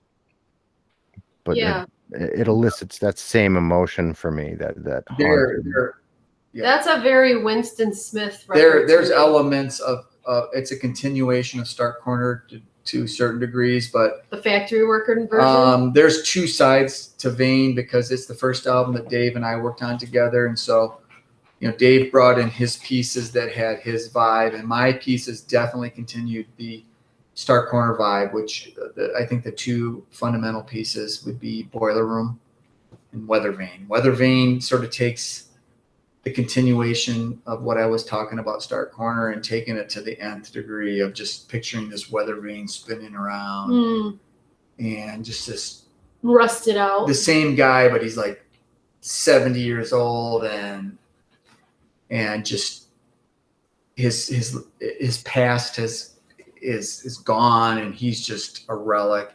And the Boiler Room is sort of coming from a different angle of like the same type of character, but a factory worker. I grew up in Grand Rapids, Michigan. All my relatives worked at the auto factories, and success was gauged by you graduate high school, you go to work in the auto factory, and you spend your entire life working there in this horrible factory atmosphere, and you buy stuff and you cheat on your wife and you drink and you get a boat and you do all this stuff, but there's no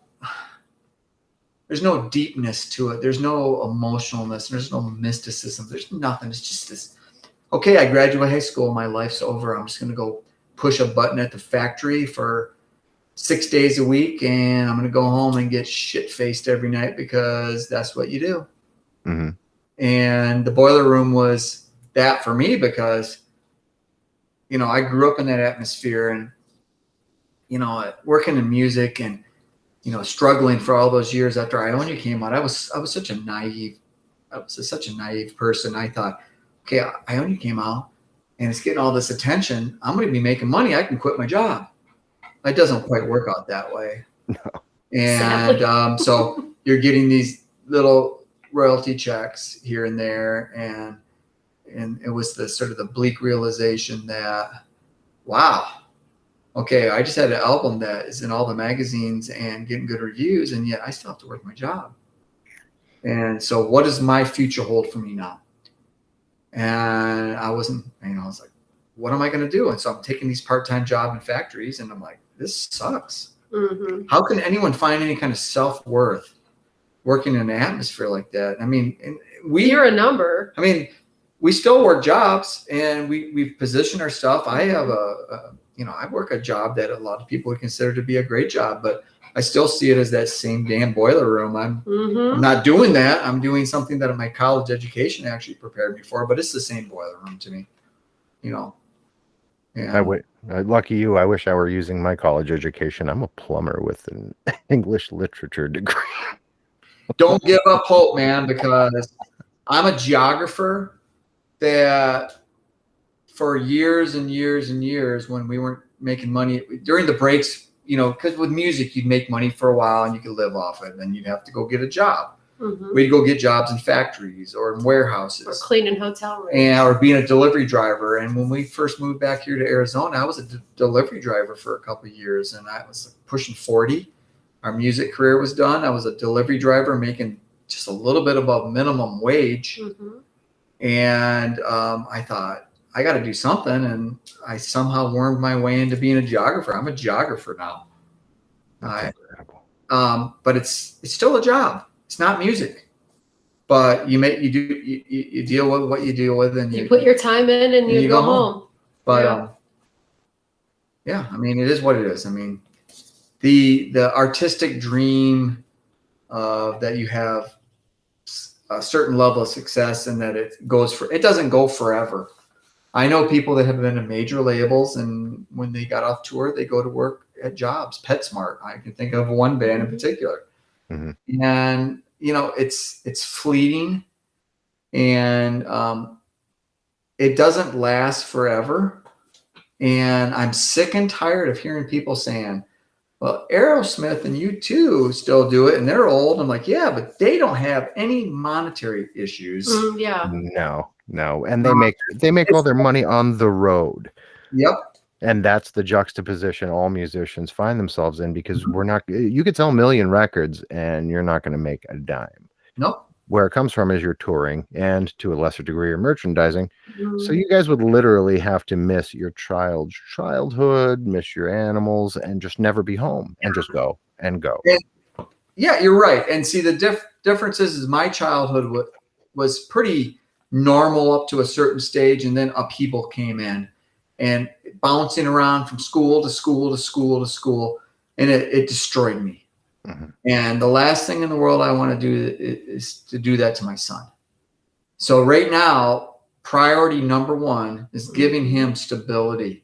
Mm-hmm. And so working a day job gives my son that stability. Yeah. I don't want him to be me. Right. I want him to do music, and he's 10 years. I mean, he's going to be 10 years old here shortly. He's already playing and piano. Keyboard. Mm-hmm. So I have no doubt that he'll explore music, but I don't want him to see music as a release for angst. Maybe he'll be writing those happy songs that we were laughing about earlier. Maybe. We used to always joke around that when he grows up, he's going to be king of the soft rock revival. Yeah. He'll be playing yacht rock. Like Toto or something. Like Air Supply and Bread. He'll be like bringing that back. But if he's happy, good for him. Hey man, I whatever it is, I'll be on board. And I don't know about you, Tara, but I'll be merch girl. I'm sick and tired of people saying, "You're so lucky. You're so lucky. You have this." I'm like, do you understand what the amount of work, the fuel behind some of those songs? Yeah. It's not like I don't consider myself lucky to be the person that wrote "Sour Was Her Name." Like, I'm sort of embarrassed at times, you know. It's like, wow, I really drifted pretty low there. Well, think about it. Could you imagine somebody saying to Philip K. Dick, like, "You're so lucky you wrote these works. They're so brilliant." That man went insane writing. Yeah. Philip K. Dick literally drove himself insane. I mean, he was schizophrenic as well, but it definitely didn't help. Right. Yeah. So yeah, it's kind of funny. It's like, because, you know, every once in a while people will make comments like, oh, Dirk will, you know, hopefully Dirk is going to be the next goth band. It's like, I hope not. I don't want him to be like sad and miserable and like have to write songs about how depressed he is. I want him to be a happy, well-adjusted human being that doesn't, you know, that creates a different kind of art, maybe, if that's what he wants. But I don't want him like feeling like we've felt that created these songs. I hope to God he avoids those dark, you know, emotions. I can't tell you how many songs I've written about the theme is waking up in the middle of the night and like, okay, this is the only peace I have. It's 3:00 in the morning and I'm laying in bed. I don't have to deal with anything. Right now. This is wonderful. Oh, wait a minute. I got to get up here shortly. Right. Yeah. Go punch the clock again. But I mean, more than just the jobs. I mean, I know. it's just, yeah. you know, I don't want him to follow our path, and so far so good. We got him on a good path here. Yeah. Dirk, the future of He can be like a pop punk band or well, something. we always joke around him about that, but he does like he has a great gauge of what's good and what's not. He does. It's weird. We're like, do you like this? He's like, no, I don't like it. Good, that's good. I took him to viola lessons the other day, and it's a music store, so there's instruments laying around. And he's over there playing the synth, and he was playing that song from The Shining. And I'm sitting here, na na na na na. He's playing it on the synth, and I'm like looking around, going, "Is anybody catching that this 9-year-old is playing that on the synth right now?" It just cracked me up. But I mean, he's our kid, so. You may have a future John Cale on your hands and not realize it. I would be like, that would make my life. I just want him to be happy. Yeah. Whatever he's doing. Mm-hmm. So that leads me to a very personal question. You may not want to answer this, but potty training. How did you get it done? How did you get it done? Yeah. So, okay, I have a trick. Not a trick, it's a tip. So if you have a boy, they instinctively are harder to potty train than girls. Don't know why, that's just the case. So I actually bought this little urinal because boys pee easier in a urinal than on a potty or whatever. And they make these cute little urinals that you could stick to the side of the bathtub, and he picked it up like immediately. The other part was not as easy, I should say. No, it was not as easy. But yeah, I don't know. That's my tip, is to get the little urinal thing. But it happens. I mean, we were frustrated for a long time, thinking, "Oh my God, is this kid going to be shitting his pants until he's in high school?" And then it just happens. It just happens. Yeah, the doctor's like, "I promise you, he's not going to be in elementary school wearing diapers. Like, just let it happen when it happens. It's all good." And so it will happen. I mean, why are you going through that now? Well, my son's 2, so I know it's a little premature. But my daughter just used to follow me into the bathroom, and we had a potty next to the toilet, and she mimicked everything. Yeah, yeah. My son, not so much. He doesn't care.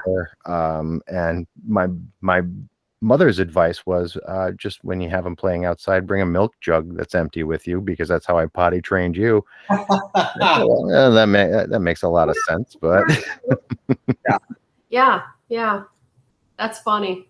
Yeah, things that you never thought you'd do when you were,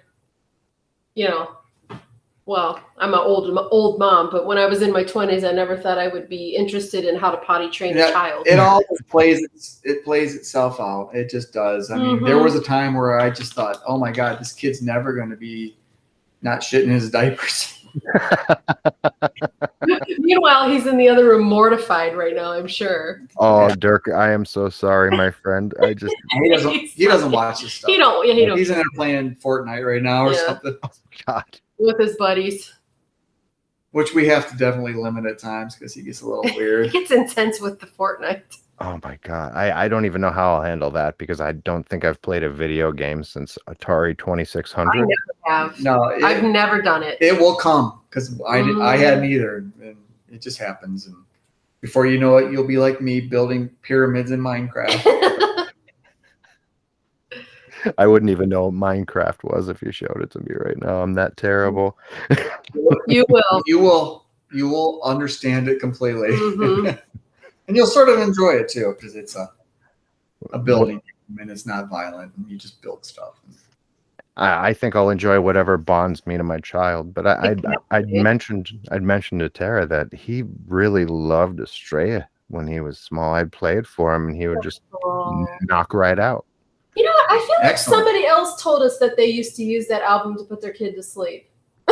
Good.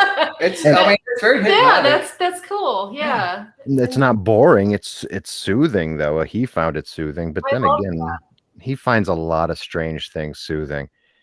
I have another me on my hands. No matter what, he's not going to grow up in the same home I did, thank God. But he's me. Yeah. And my poor wife has to deal with 2 of us.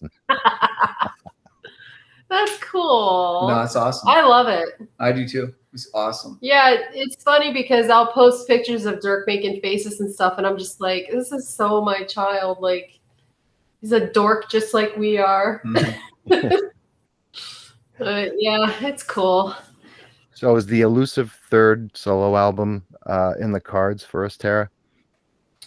You know what? I kept saying no for the last decade, probably. Yeah, And I then know you have, but I did some vocals recently for someone, and then I was like, it'd be kind of fun to play around with this again. So I don't know, probably not, but I mean, who knows at this point?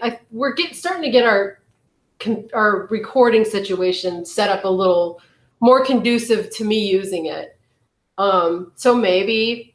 Yeah, we stripped our studio back quite 15 years ago, and everything that we've done in the second wave has been done on a computer in our bedroom in a real stripped down way. But the computers right now are really having issues, so I'm trying to clear out one of my laptops.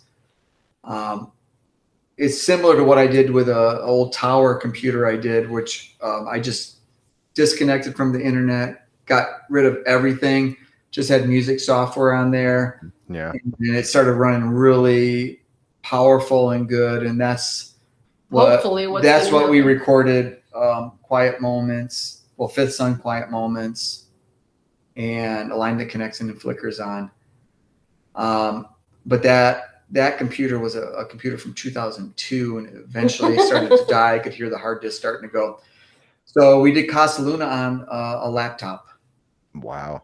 And that laptop is now, because the internet is just always pushing updates, it's giving me issues. So I've actually spent the last couple of weeks just clearing everything out of that. I'm going to eventually just dump everything out of it, but the recording software, our same old recording software that we've used for years, and then just cut the line to the internet, and then we'll have a good running studio again. So at that point, the project that John Fair and I are going to work on, with maybe potentially working out some old songs, we're going to work on that potential that possibly could start this fall. And any other new things that just happen to percolate at any given times, whether it's the Terra solo stuff or any kind of our collaborations that we do, or maybe another new music Lycia would happen on that. But right now, nothing really is going. But let me just say, after every single release that we've done in the second wave, when we've finished it, I've always told Tara, "This is it. I'm done. We've done everything we could do. There's nothing else to say." And then about 6 months to a year later, it hasn't even been 6 months this time. No, it hasn't. It's been 2 months. New ideas start percolating, and then something else starts. Well, you guys were always really good at pulling disappearing acts on us, I have to say. And it would there was never anything announced, but it would just go quiet. Where'd they go? Yeah. I see it ended probably officially amongst me and Tara. I've ended Lycia after Stark Corner, after Cold, after tripping back into the Broken Days, and then probably at least 15 times in the 2000s where Lycia's done. No, Lycia's not done. I was completely whacked during that decade. Well, there was a lot of drama though too, like contracts that couldn't be gotten. Well, there was just all kinds of. There was drama on every front there, but after I think really after Align That Connects, I remember we did a crazy road trip from Arizona to Ohio and Michigan with Dirk and the dogs, and and I remember telling Tara at that time that Align That Connects was the last checkbox for me. Quiet Moments was me going back and revisiting the Stark Corner Ionia period to a degree. But I always wondered what a follow-up to Cold would have sounded like, because Dave left the band after Cold. Mm-hmm. And I always thought, wow, we were really on a real strong path at that point. And it just, when he left, it sort of like really broke that momentum. And I always wondered what a follow-up would have sounded like. So A Line That Connects was sort of that follow-up, because Dave was back and we collaborated the same way we did back then. And I turned the mixing realm back over to him, just like with Cold. And after it was done, I was like, okay, I think I checked all the check boxes off. I'm good. But then shortly after, some new ideas came, and it was almost like and you said it earlier, it was like a new start. Mm-hmm. And Flickers really was like a new start. It felt like, okay, we ran our course. Now let's just do music. And I went into it with no rules. I was like, whatever's going to happen. It started out initially going to be a solo Mike Van Portfleet acoustic guitar and ambient EP, and it just evolved. Yeah, it's certainly not that. It's not, because once I got that going, then I started bringing the electric guitar in. I was like, okay, this is going someplace else, and I just went with it. It just, to me, and I'm reiterating what I'd said earlier, it not only did it feel like a new start, but not a new band, because obviously you're playing, you could blindfold me and play me something new by Lycia, and I'd know from the guitar tone it was you, but it did have that something else, that freedom. It felt free, unfettered completely. I love hearing that description, because that to me was the freedom. That's when I finally said, I'm letting go. I'm just going to go with where it takes me. And I don't care if it succeeds or fails. I don't care. I just want to go where this path is leading. And like I said, there was times where I remember when Dave was like, I'm not really following where this album is going. Because it's sort of all over the place. And I kept on saying, just trust me on this. I have a vision. I hear something. I hear something here. And I just went with it. And it's my favorite album.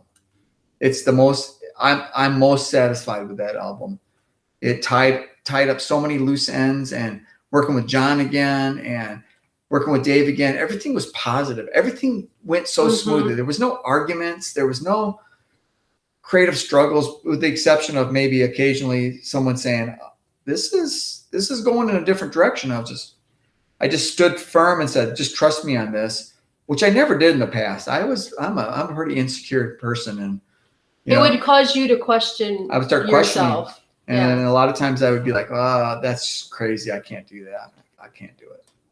It's also a more feminine album than almost anything I think you've ever done. And maybe I'm just reading into that from something within myself, but there's a feminine quality to it that hadn't quite shown itself prior to that. I mean, there were always feminine qualities to Lycia, but this, musically speaking, there was just.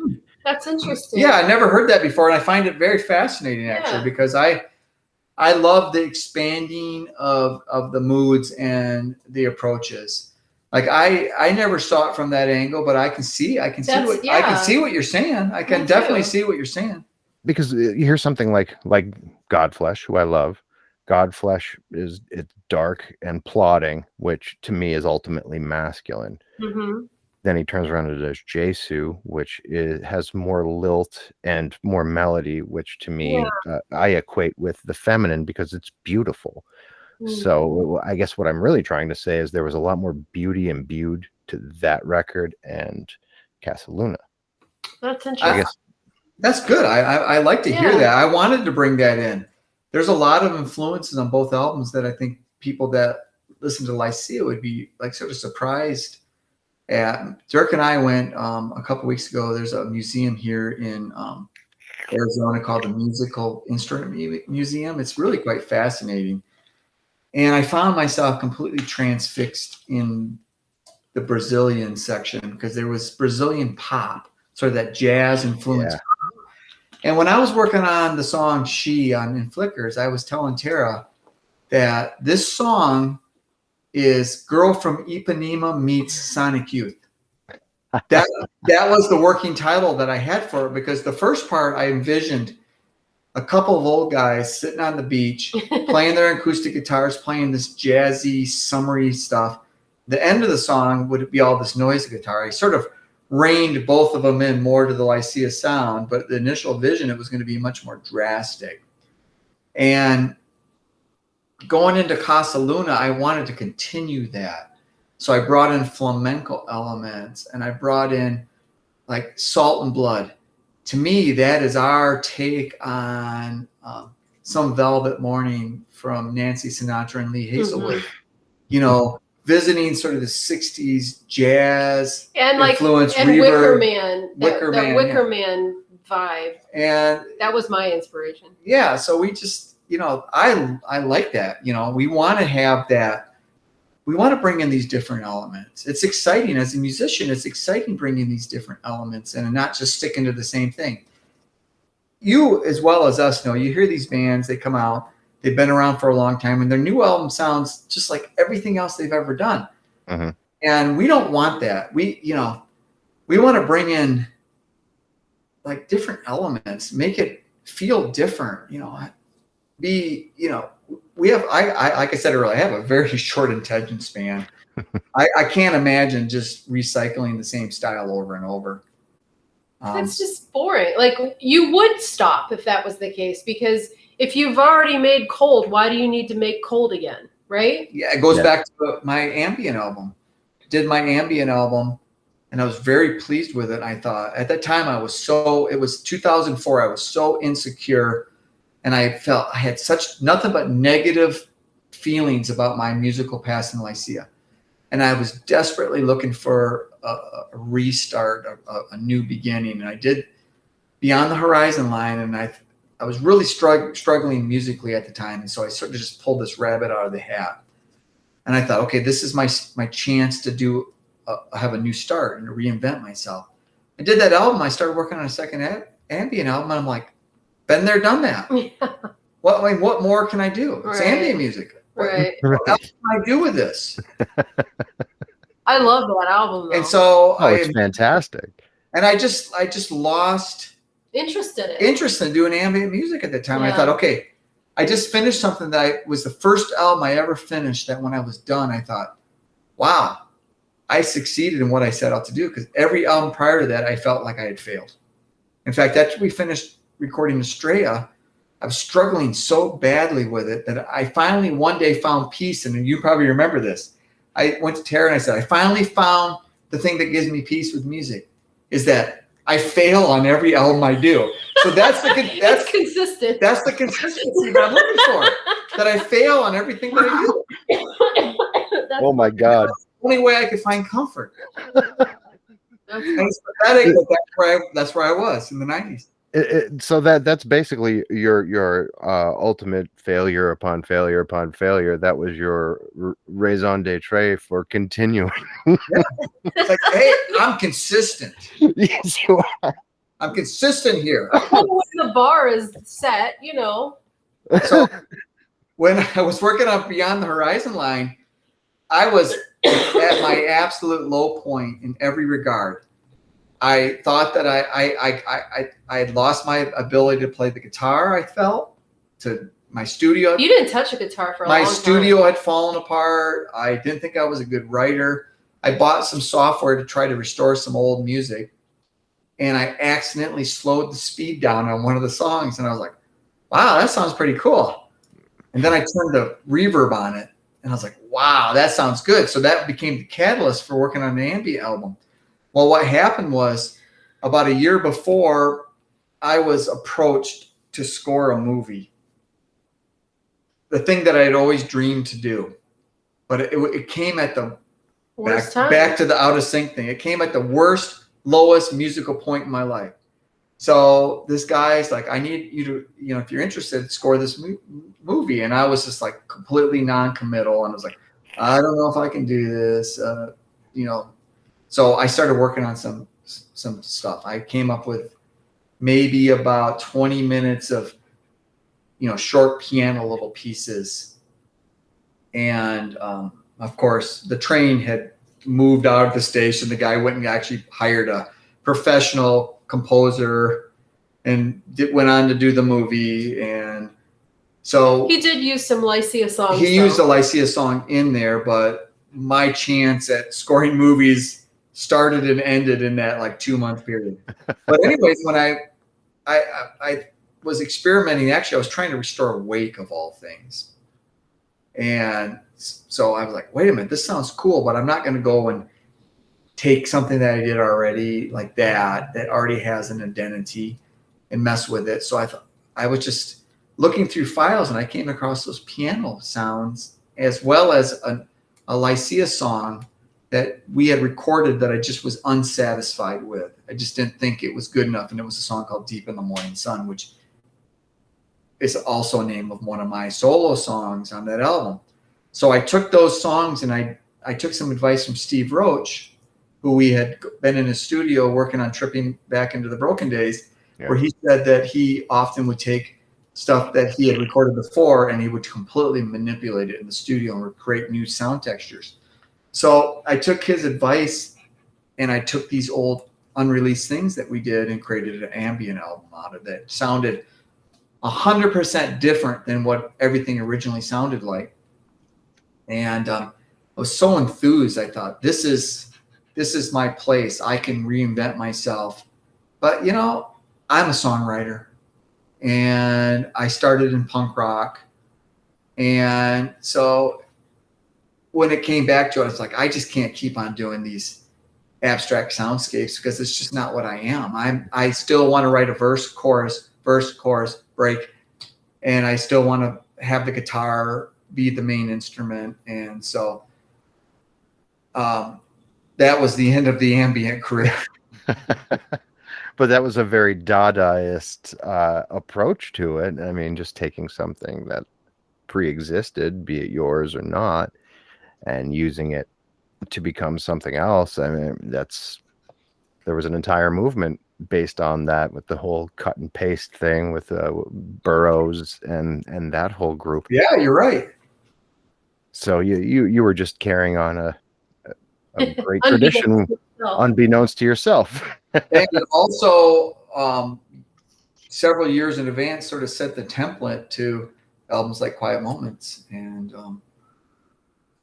some of the, maybe a few songs on A Line That Connects, a song like Illuminate, just that where you just take a passage and just drum it in and just keep it going and just bring elements and bring waves up and bring it down.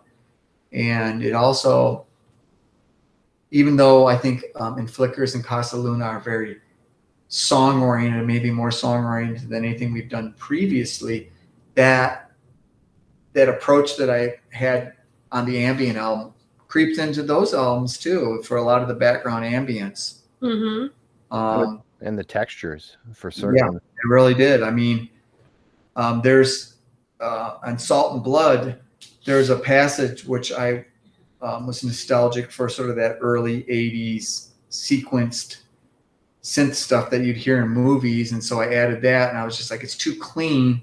And so I added some dissonant noise ambience in the background that I really created similar to how I would have created for my ambient stuff.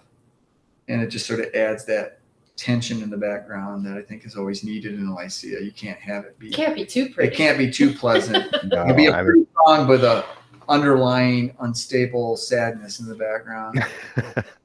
You have to think, what would John Carpenter do almost? Like, yeah, you're right. John Carpenter. He's another one who unintentionally invented an entire genre of music, the synth wave. I know, and you think about it, none of them have really quite emulated what he did with that his song for Halloween. You know, I mean that is sort of the epitome of it all. And you listen to it and you think, there's a movie director that just decided he was going to score for himself, and he created a song that's absolutely perfect. It's perfect, yeah. Oh, it actually, to me, it eclipses Tubular Bell's use in The Exorcist. I mean, there's just something so unnatural and unstoppable about that piano line, and there's nothing intricate about it. It's an attack, and you know, be it just lightly attacking, and it just builds this tension. And there's an entire wave of people trying to emulate it, and some of them are great, some of them not so great. I mean, but they're not getting it.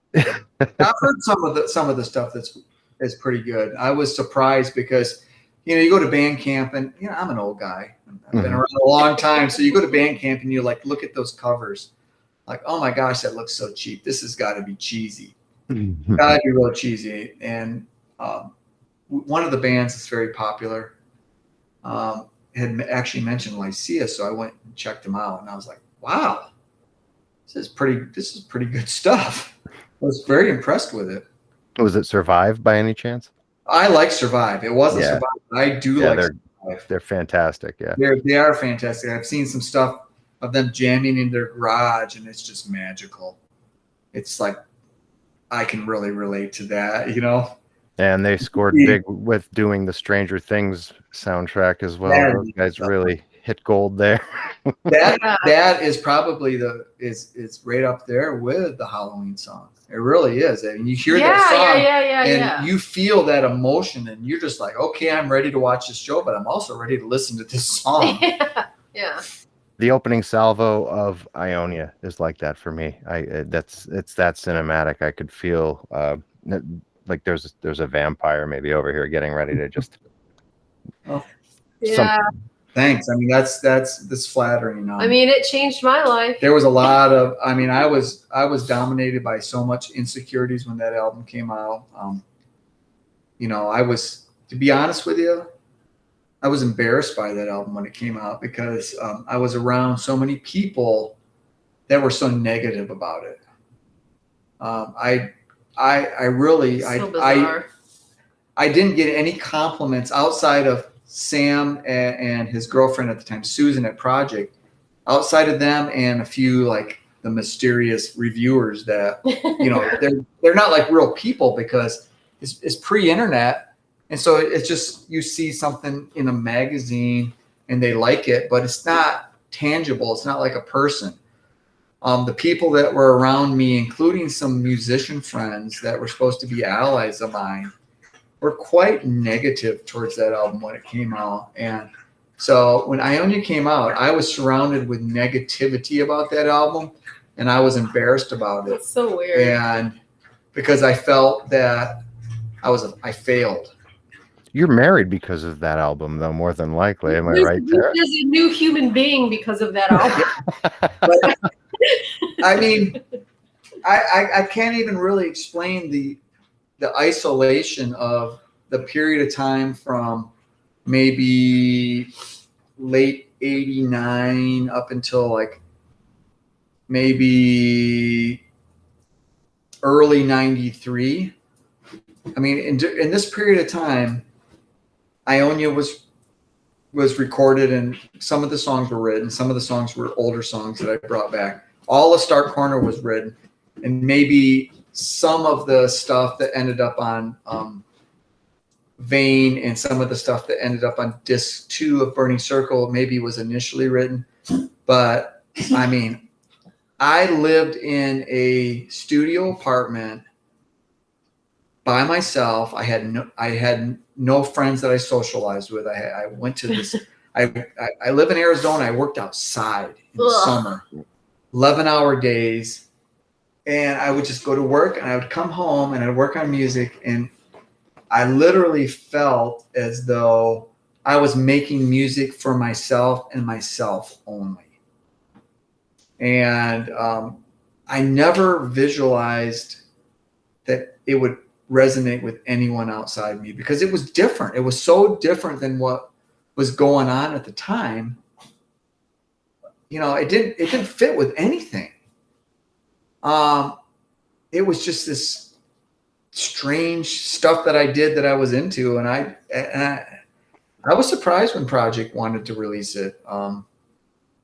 And I was even more surprised when people started writing me to my P.O. box. I did. It was. Did you? Yeah, I did.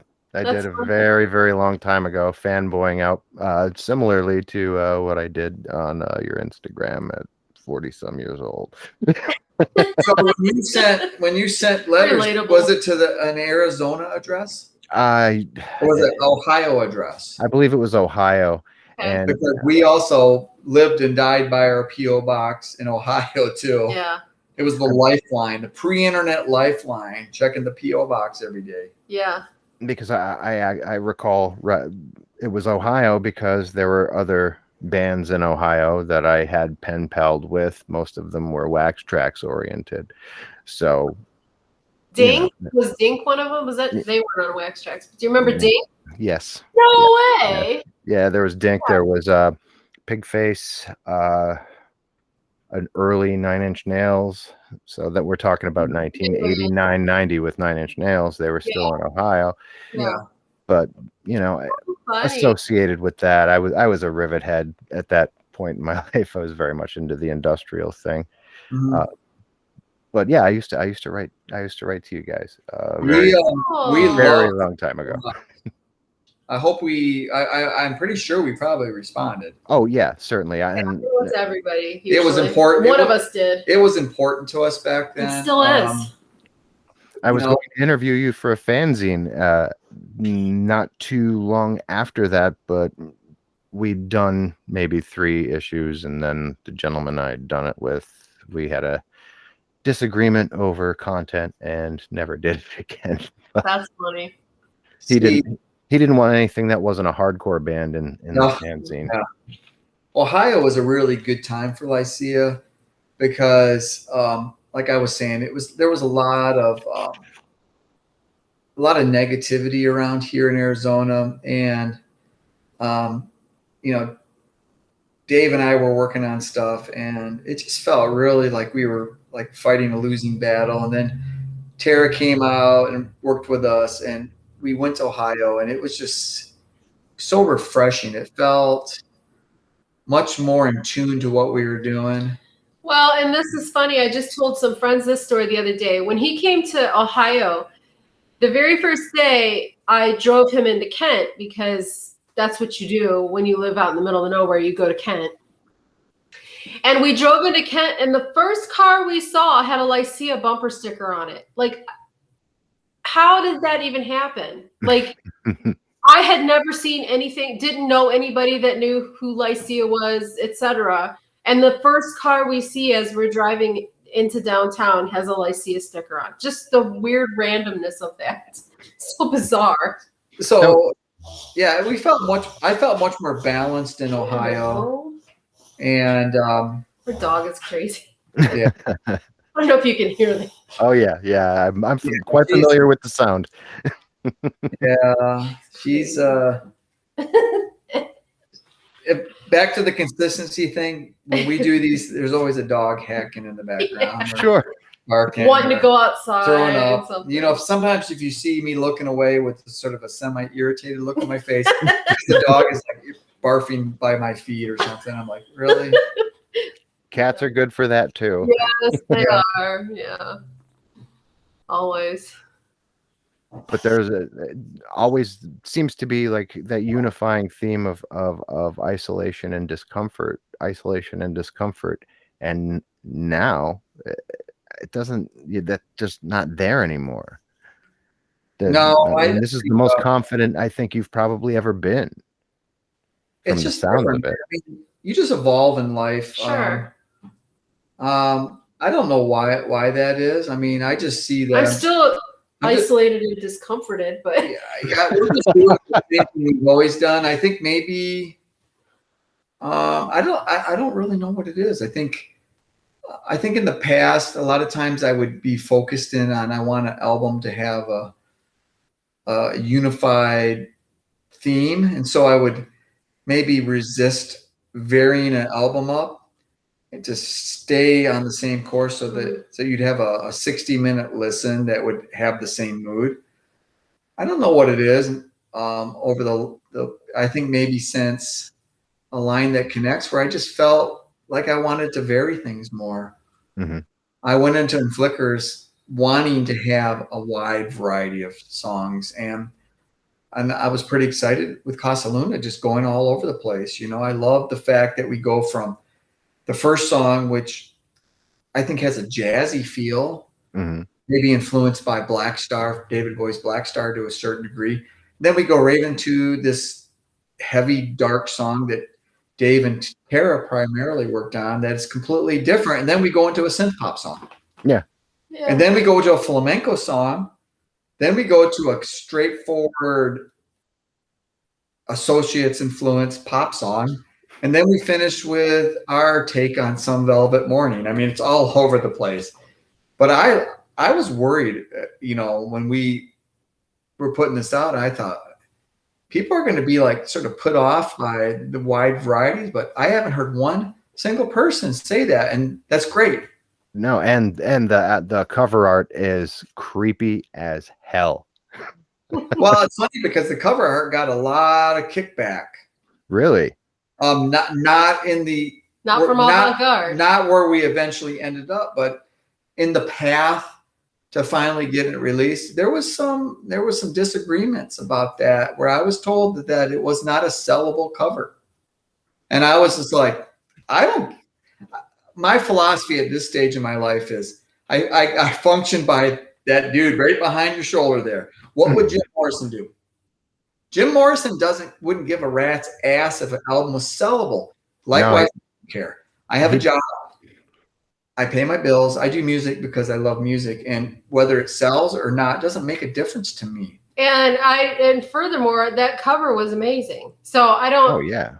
Yeah. I mean, I might be partial because I took the picture and it's my child, but the criticism of it was so bizarre and off-putting. We're not going to go there because we're not going to point. That's Dirk.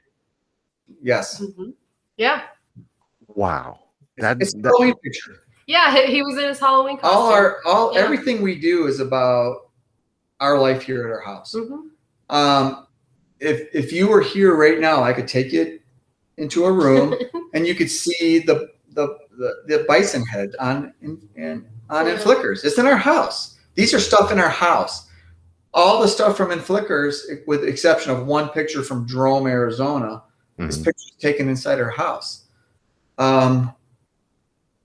It's important to us. Yeah, so, it's a soundtrack to our life. And so with Casa Luna, we took a picture of Dirk a year ago, or the first Halloween of COVID. Mm-hmm. Dirk didn't get to go trick-or-treating that year because of COVID. And we felt so bad. So we went and sat in front of our house. Dirk dressed up, and we sat out there, and he ate candy. And Tara took a picture of him. Yeah. And we said, this has got to be the cover. Because it was such a cool picture. Now, the original picture was farther back, and we altered it because we were a little nervous of some copyright infringement issues because of the costume. Mm-hmm. But that wasn't the issue with the one of the previous labels that we were discussing with. They didn't like it because they didn't think it was sellable. And when anyone comes to me and mentions the word sellable in music, I'm like, stop. I'm not a businessman. I don't care about business. We're not Taylor Swift. What the fuck difference does I don't care. I don't care if it's sellable or not. The question that I have for you, and this is the question that I gave to this label, is do you want to release this? Yes or no? Because if you don't release it, I can find another label to release it, or I can release it myself, because all we care about is just putting our music out there and connecting with people like you. People that appreciate it. This is a journey that we've taken to just be creative and to find kindred spirits. And as soon as the business stuff is brought up, I'm just like, I check out. I'm like, the other deal we were discussing became so business-like that I presented an option that was so difficult that they had to say no. Because at that point I was like, if this is what you want to talk about, then fine, I'll go there, but you'll never want to touch me again.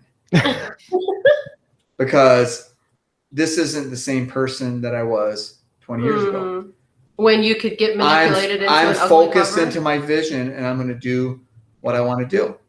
And fortunately, as soon as, literally almost the same day as everything was falling apart, a third party hooked us up with Avantgarde, who we had already done Ionia with, and they were like, sign us up, man. And I was just so thankful because, it couldn't have worked out better for us. They're just cool. On every front, because we never realized the extent of our support in Europe, because we live in Arizona, we're isolated people. Casa Luna came out, and the attention that we got from hardcore metal magazines in Europe was off the hook. I'm still sort of reeling from it, because I'm like, wow, why didn't we move over to Europe in the 90s, and we could probably have been touring every year nonstop. I think most musicians can probably say that to some degree or another, because Europe, they just get it.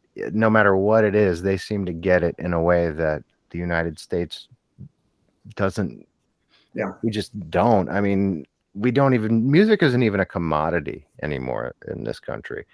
I mean, you think of MTV, for example. I remember the week MTV started, when it was this loose nonsense, and 10 years later there was no more music on MTV. Yeah. The radio, Beavis and Butthead used to like break artists. yeah. I remember I talked to Keith Caputo from Life of Agony about 3 weeks after they were on Beavis and Butthead, and he said, dude, we're going to be huge now. Yeah. I think that's the first time I saw Typo too. And Daisy Chainsaw was on Beavis and Butthead. And I dead named Mina Caputo, and I didn't mean to. She wasn't Mina Caputo at that time, and I didn't mean to do that. So Mina, I'm sorry. No, we're well aware of the situation, and are very supportive of the whole thing. Yeah, 100%. 100% supportive of it.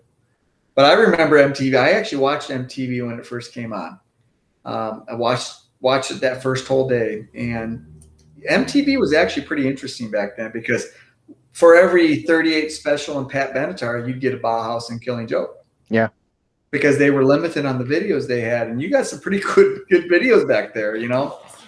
A lot of good English post-punk was played back then, and but yeah, a few years later, it was, the corporations took over, and it became all about, the big bands. And even when those big hair metal bands were slain by Nirvana ripped off Killing Joke. Yeah. In a big way. Yeah. But what's funny about that is, go and look for songs that sound like 80s, and The Damned actually released a song it might have been before 80s, like a year before the 80s, and it starts out, when you hear the first part of the song, you'll be like, okay, wait a minute, who ripped off who here now? Because it starts out with that same riff. No kidding. Was it on the Black album? I don't know which one it was. I don't know which one it was on. The chronology is escaping me, and I'm normally very good with that. Yeah, I only, The Damned wasn't a regular band that I listened to. I liked what I heard, but I never bought any albums, so I wasn't as familiar with them like I was with Killing Joke, I was absolutely fanatical about them in the early 80s. Did you catch the documentary that just came out recently? Yeah, yep. Actually, it's funny, because I had actually bought it, and there was all these issues with it, and I never got my copy. And I ended up writing, and I actually ended up talking with the director, and he's the one that made sure I got my copy, because there was a weird mixed up. It was on pre-order, and somehow there was issues, and everything got messed up, and everyone that had made their initial pre-orders weren't getting theirs. And so I finally got it, and I was so pissed off that I watched it. I'm like, I'm tired of this crap. So I only watched half of it, and I didn't finish watching it. Oh. Well, I went and watched it about 6 months ago. Uh-huh. I was like, wow, there's a reason why I love this band so much, because on every front, one, musically, I love Killing Joke. We all the stuff that jazz is into, it's the same stuff I've been into for like 40 years. We always talk about when we went to Mexico City and to play a Lycia show. and everyone always said, ask what the highlight for us was. And we always say the same thing. Teotihuacan, seeing the pyramids and having a personal tour guide of Teotihuacan. Unbelievable. We spent a day there. To me, when I think about Mexico City, I was like, oh yeah, we played this show. Oh my God, we went to Teotihuacan. And the people. It was the Teotihuacan and how amazing all the people were. Yeah. Fell in love with that. Like to the point where like, we could probably move here. Yeah. But I've always been. Which ironically is where Jazz lives. Yeah. Yeah. So I've been into a lot of that stuff for a long time too. So he's obviously sort of the polar opposite of me. He's like a personality over the top. I'm sort of the hide in my room, but we have a lot of the same interest. And so it's always really cool. And Tara's not as familiar with Killing Joke as I am. So I'm ironically over the last like few days, I've been leading her through it. I'm like, okay, you have this really great early period, and then you have this commercial period. It's still all right, except for one album. And that's still okay too, but it's really slick. And then, man, they learn their lesson and they just come back. Well, it was funny because we actually watched the documentary again a couple days ago. And so, like, I mean, I know who Killing Joke are. He listens to them all the time. I never didn't know who they were, but I just never really paid attention to it. And then watching that documentary, I'm like, got obsessive about it. And like, that's legit all I've kind of listened to since then. And I'm over here, like today I was listening to the second one. What's this for? What's this for? Yeah.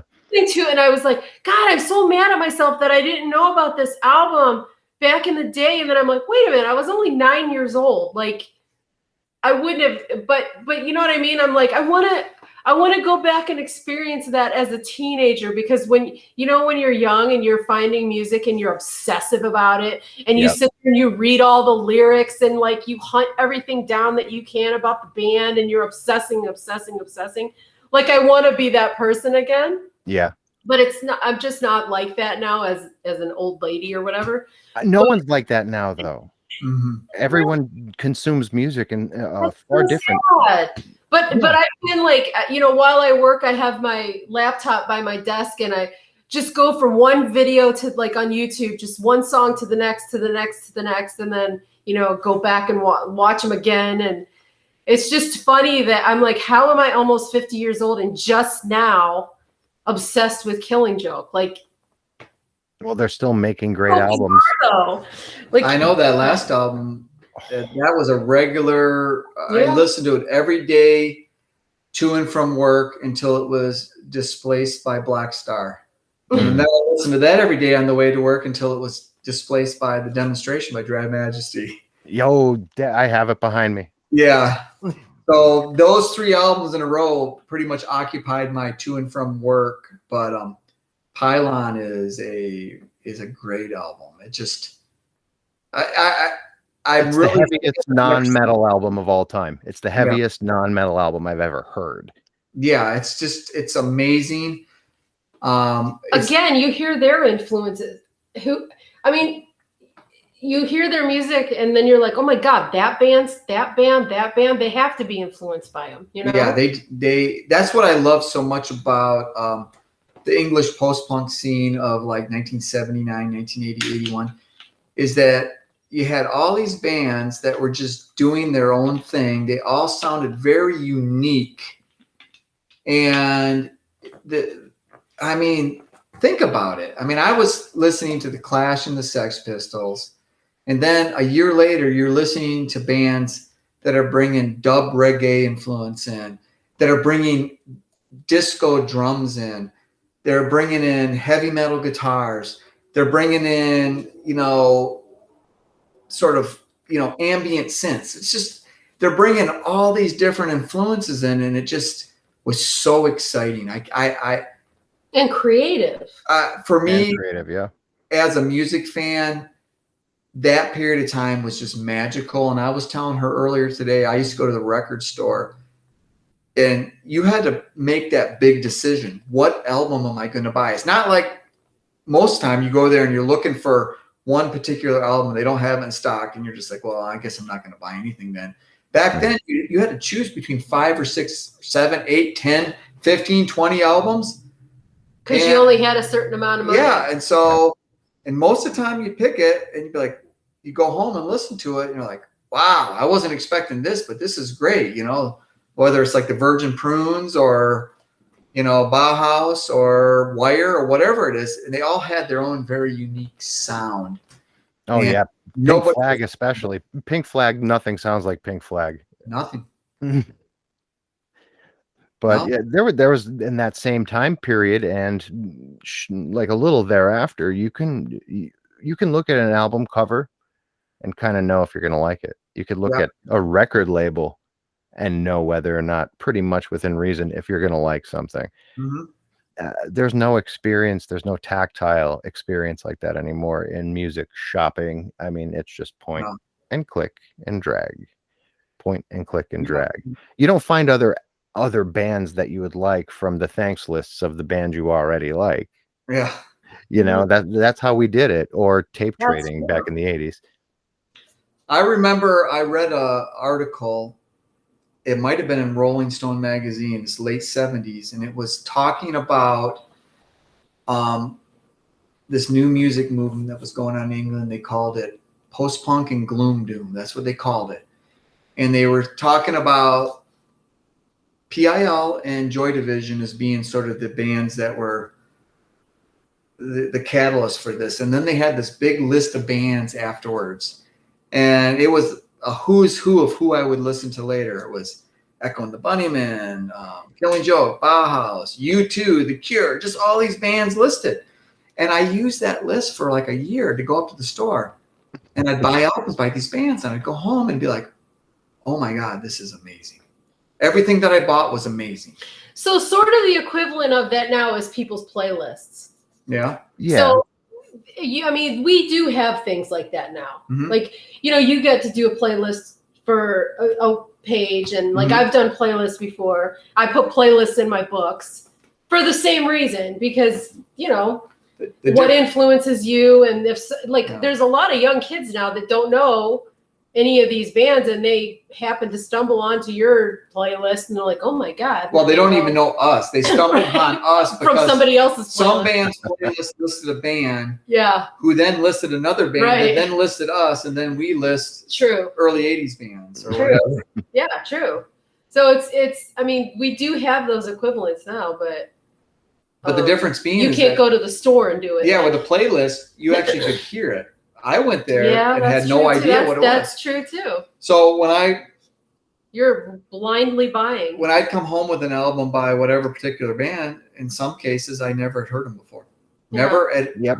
And then you hear it and you're like, wow. But we also back then, like I was telling her, that there was a local DJ here that like on Sunday night at midnight would have the new music show. And that's where I first heard Killing Joke. It was probably in like early 1981. So it was only shortly after their debut album came out. And, you know, you hear stuff on the radio like that in the middle of the night. It just blew my mind. And, you know, the next day I'm hightailing it over to the record store. And even though it was an indie import, there it was. And now we just got it again. Yeah, actually, we just got it again. Yesterday, the day before. Yep. Yeah. Would you pick up one of the reissues that came out on Spine Farm Records, I believe? Yep. Yeah. Yep.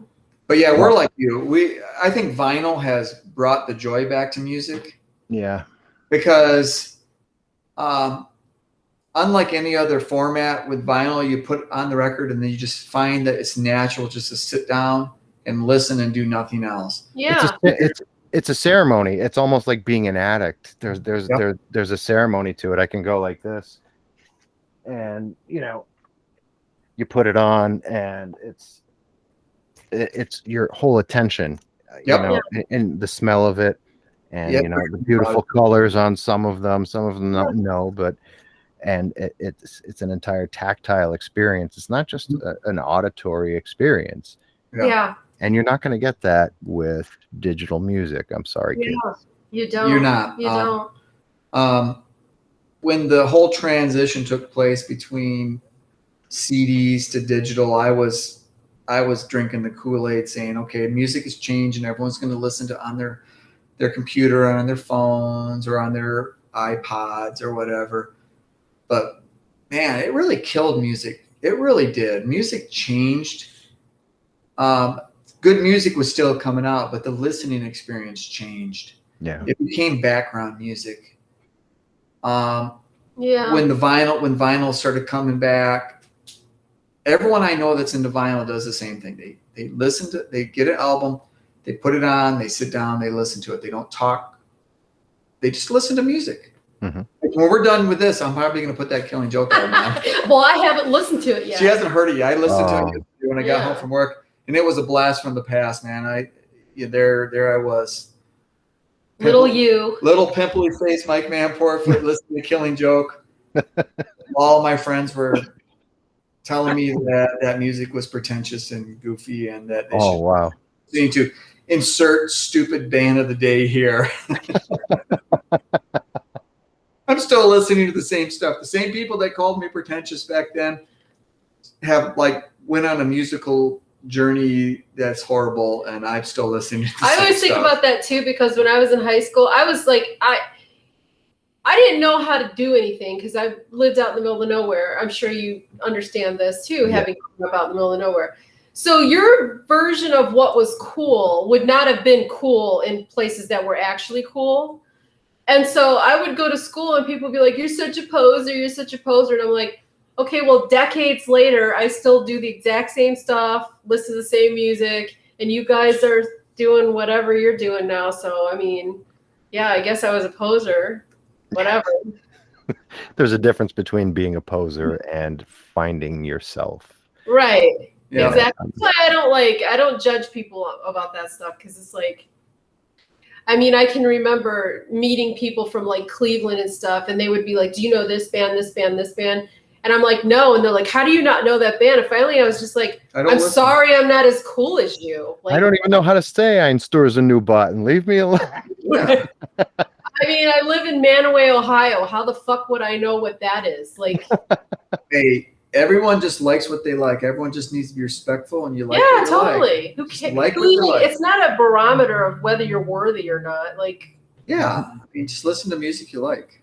No, well, the barometer usually was if you hipped someone to it, and if they said it sucked, then you're like, okay, we're probably not going to get along. So right, yeah.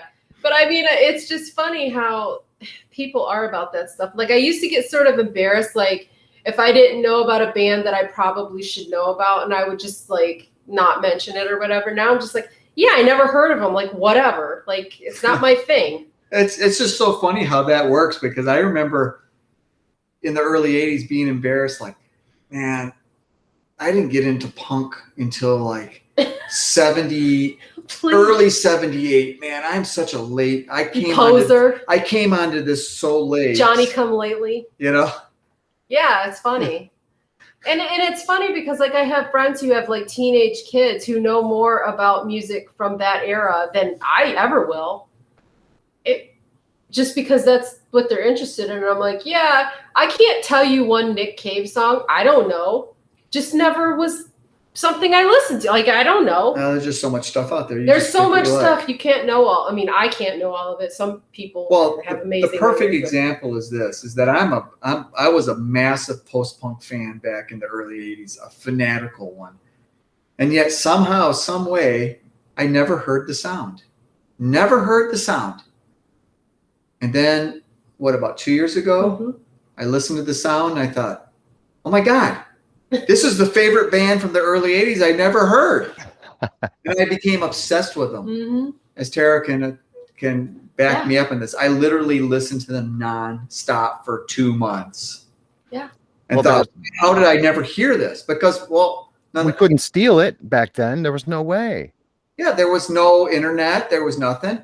None of my friends listened to it. Right. So it wasn't played on the radio. Right. How are you supposed to hear it? It was all word of mouth. All word of mouth. So for me, like, you don't know anything, and you can't just know something. Yeah. And so if your friends didn't listen to that stuff, you weren't exposed to it at that time. So like I kill myself that I wasn't obsessed with Killing Joke back then. Because it just pisses me off. And I tell him, I'm like, but none of my friends listen to that. So, hey man, like I knew who they were, but we just listened to so other it's all stuff. good. But it pisses me off. Do you know how many people I know? Me obsessed with it. Do you know how many people I know who got into Killing Joke because of a Metallica covers EP? Seen that. I've seen that. A lot of comments. A lot of people. Yeah. That's how I met Will Welsh. He was a metal fan, and he heard their cover. So he got Killing Joke, and then he heard the Killing Joke version. He's like, "Well, wait a minute here. wait. This sounds a bit different." Yeah, that's funny. Same thing with the Misfits. The Misfits gained more traction because of Metallica. Than, I mean, so everybody's got a gateway drug, and maybe they're embarrassed of it now, maybe they're not, but that's how it goes. Yeah, I have no shame over any of it. I love Def Leppard, and I will not apologize for it. You and her. I love them. Too. Every time they're on the radio, crank it. And I hated them back when I was a kid, though. I hated them. Oh, okay. It was those guilty pleasures. I feel no guilt. I grew up in the 70s. I can still sit there and listen to Steely Dan and say, holy crap, that's amazing stuff. Well, Aha's brilliant. Let's face it. Aha's a brilliant record. But the same thing with Chicago. I think Chicago is brilliant. And they don't have to write the best music, but they're musically prolific and, very good at what they do. They have some songs I like. I play one of them on the guitar every once in a while. It's funny, too, because you talked about hanging out with Peter and stuff. Every time Mike would talk to him on the phone, he always talked about Gordon Lightfoot. Yes. Like every time. Yeah.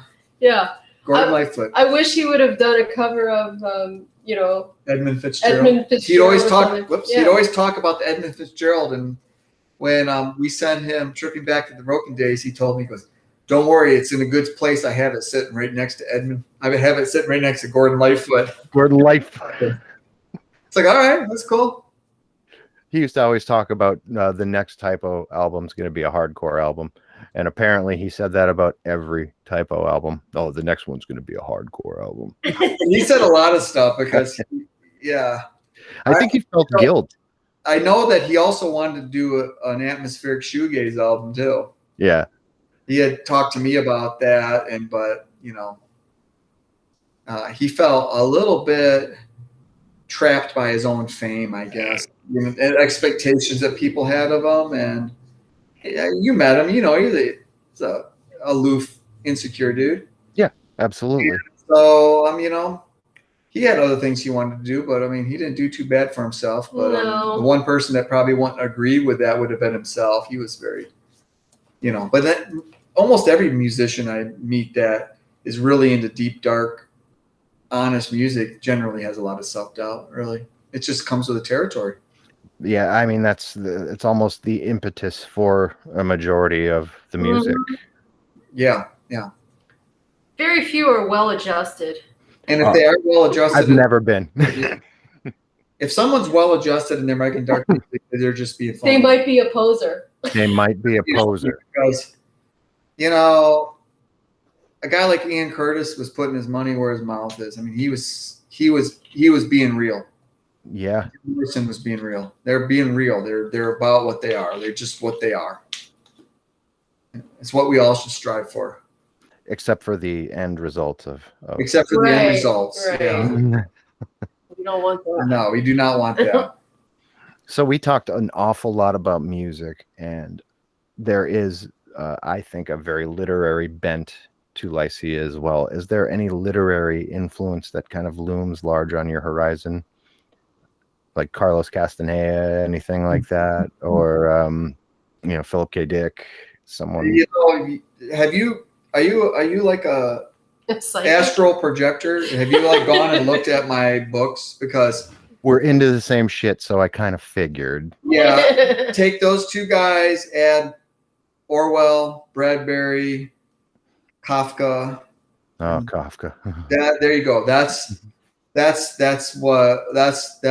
If you listen to very early Lycia, that stuff is there. The song Incinerate is really just me identifying with Fahrenheit 451. Mm-hmm. Literally. Kafka is all through the early stuff. In particular, Metamorphosis.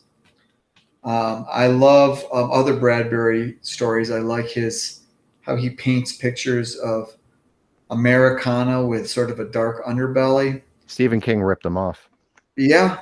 And of course, Dick and all the, the elements that he brings in. I mean, Man in the High Castle, just stuff like that, Blade Runner, all that stuff is just amazing stuff. And 1984. Mm-hmm.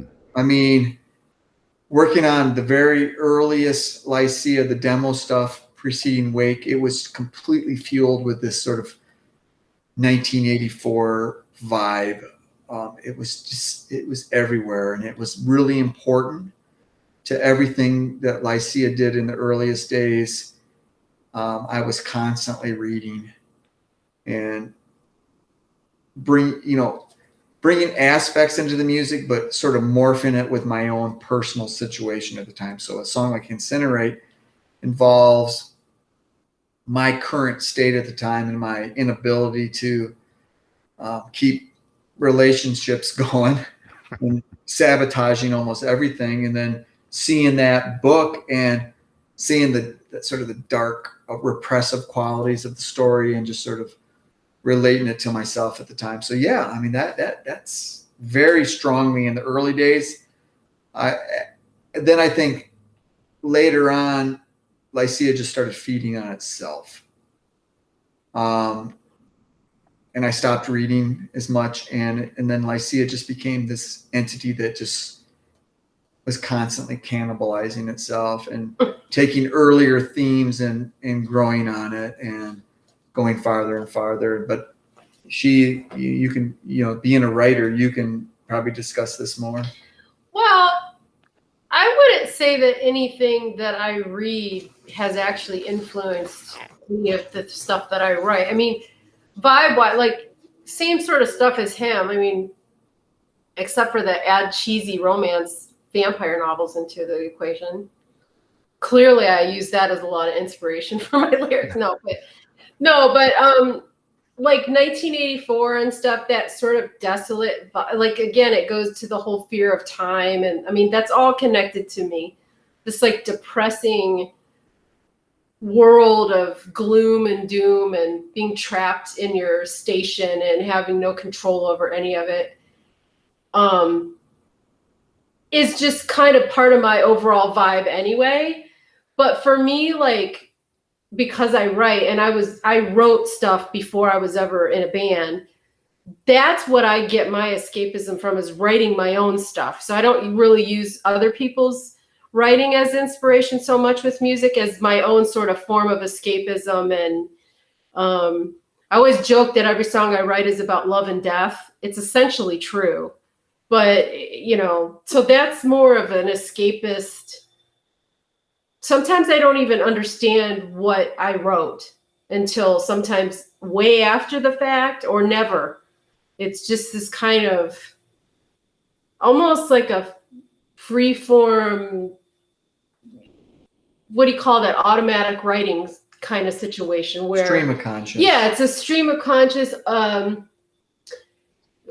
Sometimes lines come out and he'll say I remember specifically one time he asked me what that meant. I'm like, I don't know. It just came. And now in retrospect, when I look at the lyrics and the song and everything, I'm like, okay, I understand what that means now. But at the time I didn't. So I don't really get inspired by other people's work so much. Sometimes movies will do that for me though. Like I'll see, or a photograph or an image will set a vibe to me and that'll be my inspiration, but not so much people's writing. Well, I know you've inspired at least one writer I can think of, and that would be Poppy Z. Bright. No, I don't think so. Yeah, I believe I'd heard that from someone. I'm just guessing, but that's what I was told by a fan of hers. Really? Now I'm terrible with this. My politics suck.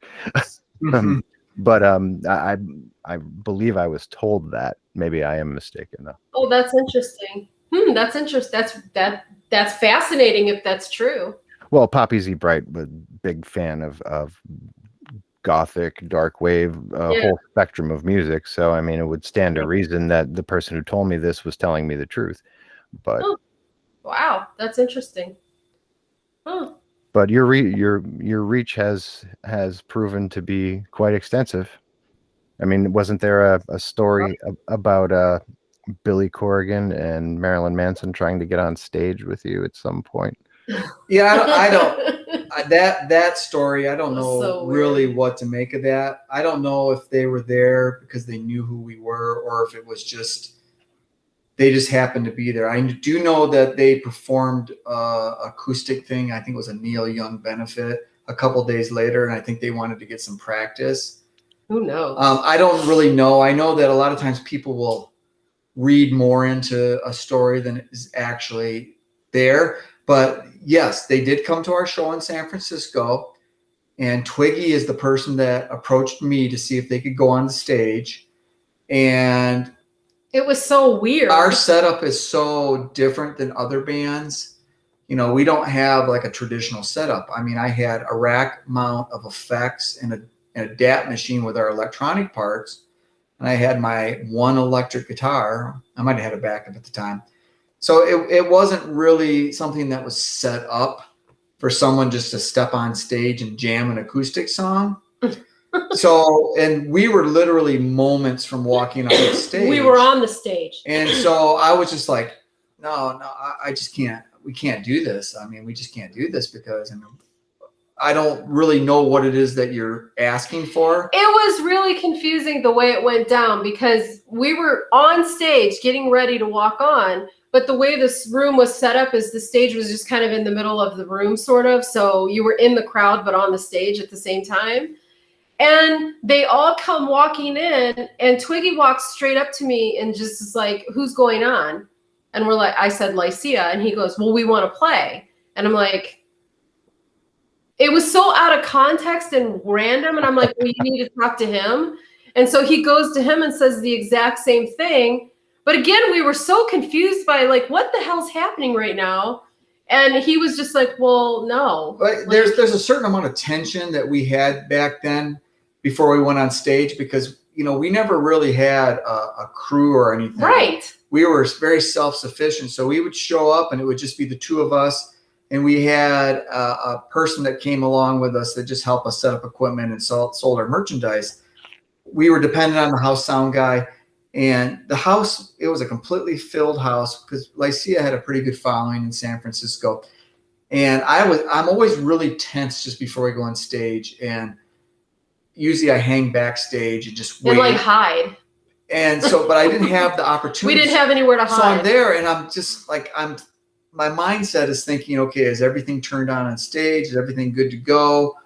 And then suddenly I look up and there's these rock stars standing in front of me asking if they can go on stage. And I'm just like, I didn't know how to process it. It was out of context. It was and weird. So I told them no, and they seemed quite perturbed by that.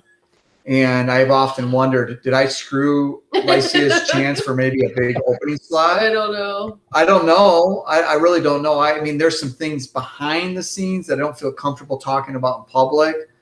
But I think that there was some. It was weird. There was some negativity on their end that I said no, and I think it might have had ramifications down the line. But maybe then again, maybe I'm just reading into something and they had no idea who the hell we were and they just happened to show up. But then again, but people told us things.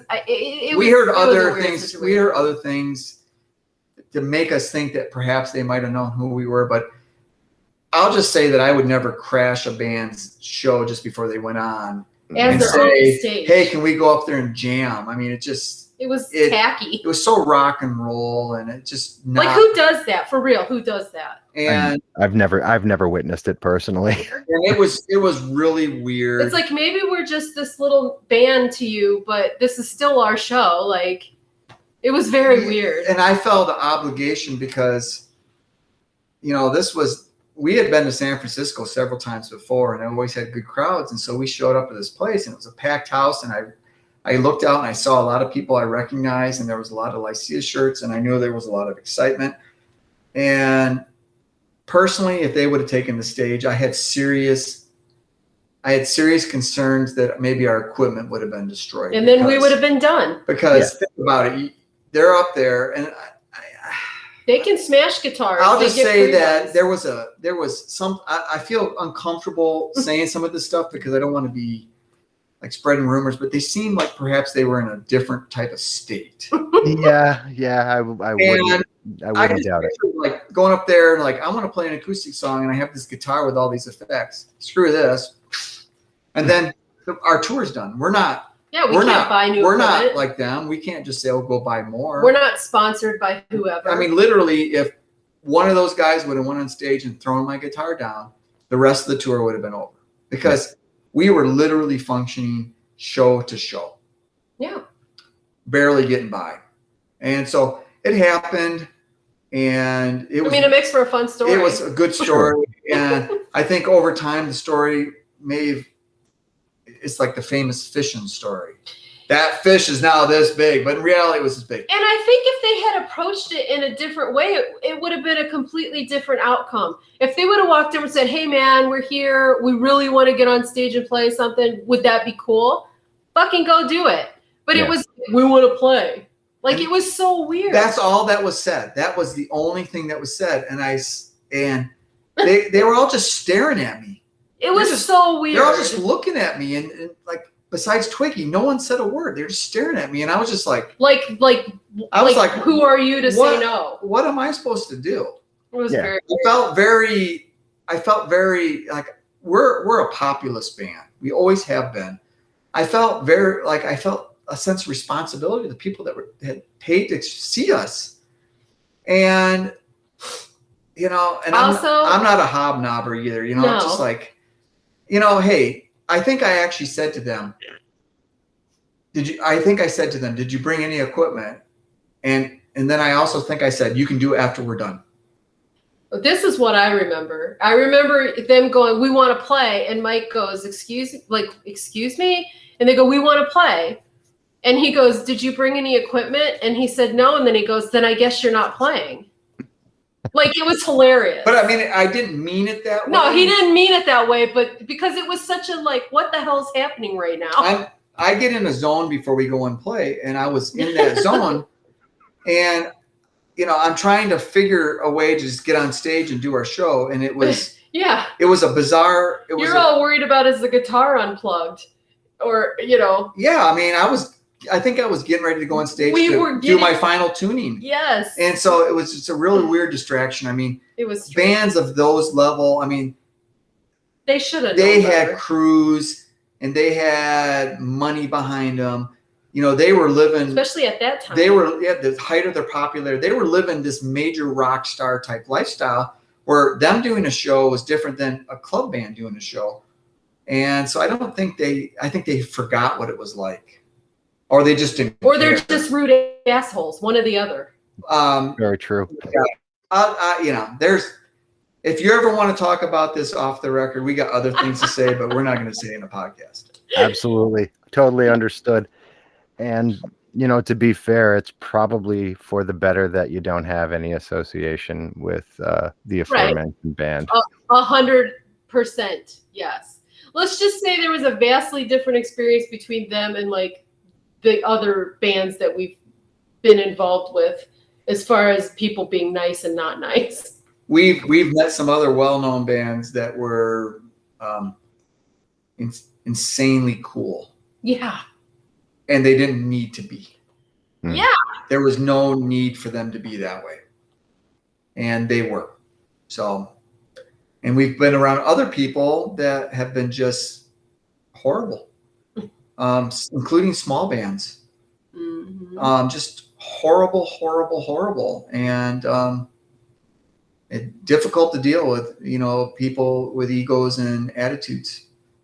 And this isn't reference to these people that we were talking about before, but just in general. Just in general, I don't need.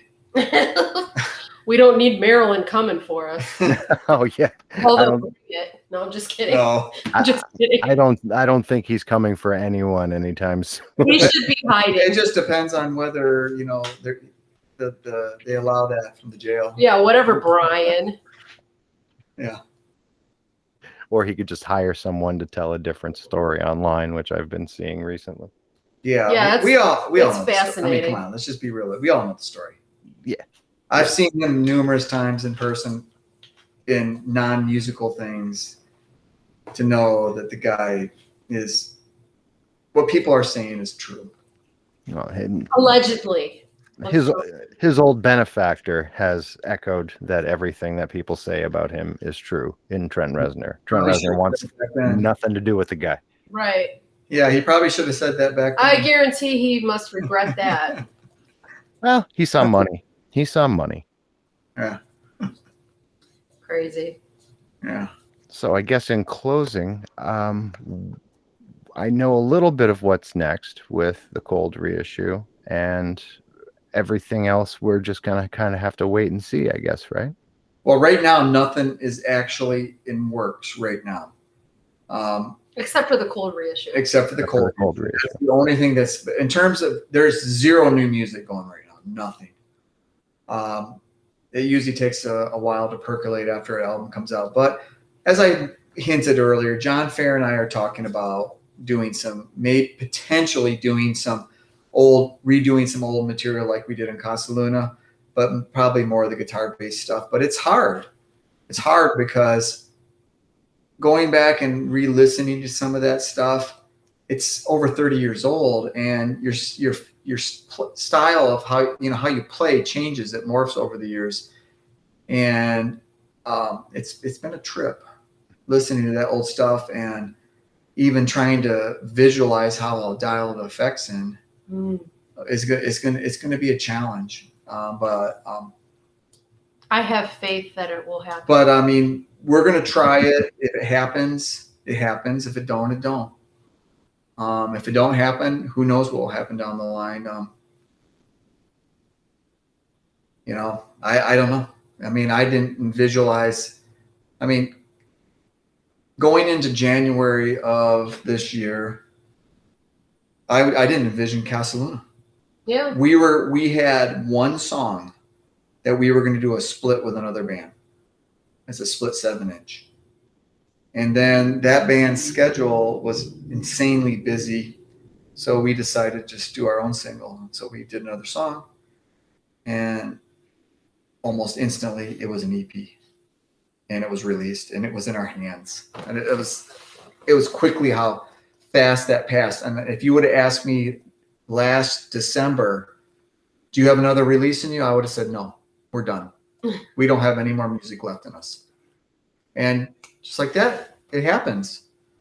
And so I can't imagine I quit my mind a lot, but I'm passionate about this, and this is what defines me.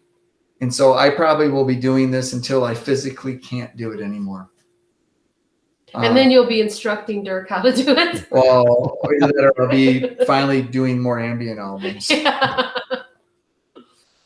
But no, so we're still active in the strange ways that Lycia is active. I've got a million book projects. She's got tons of book projects. In terms of live, this is something we have to just let go, because the last real show we did was in '98. We did one ill-planned live show in 2009 that just didn't go well.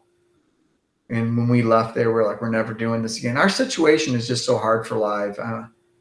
It's not like a band that just has, a guitar part, a bass part, a drum part, vocal part. Let's just go and do it. We started Lycia. Me and John started working under the Lycia name in 1989, under the premise that we don't want to be restrained by having to do something that we could play live. We wanted to use the studio and as far as we could, and that leads to problems with trying to replicate things live.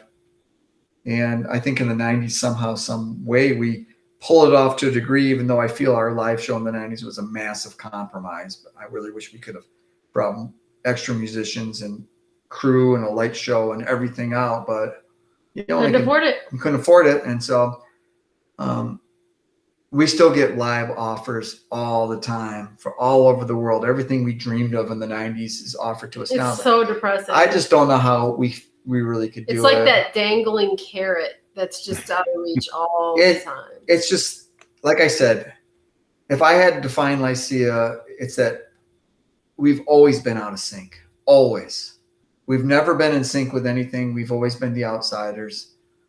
And everything happens to us at the wrong time.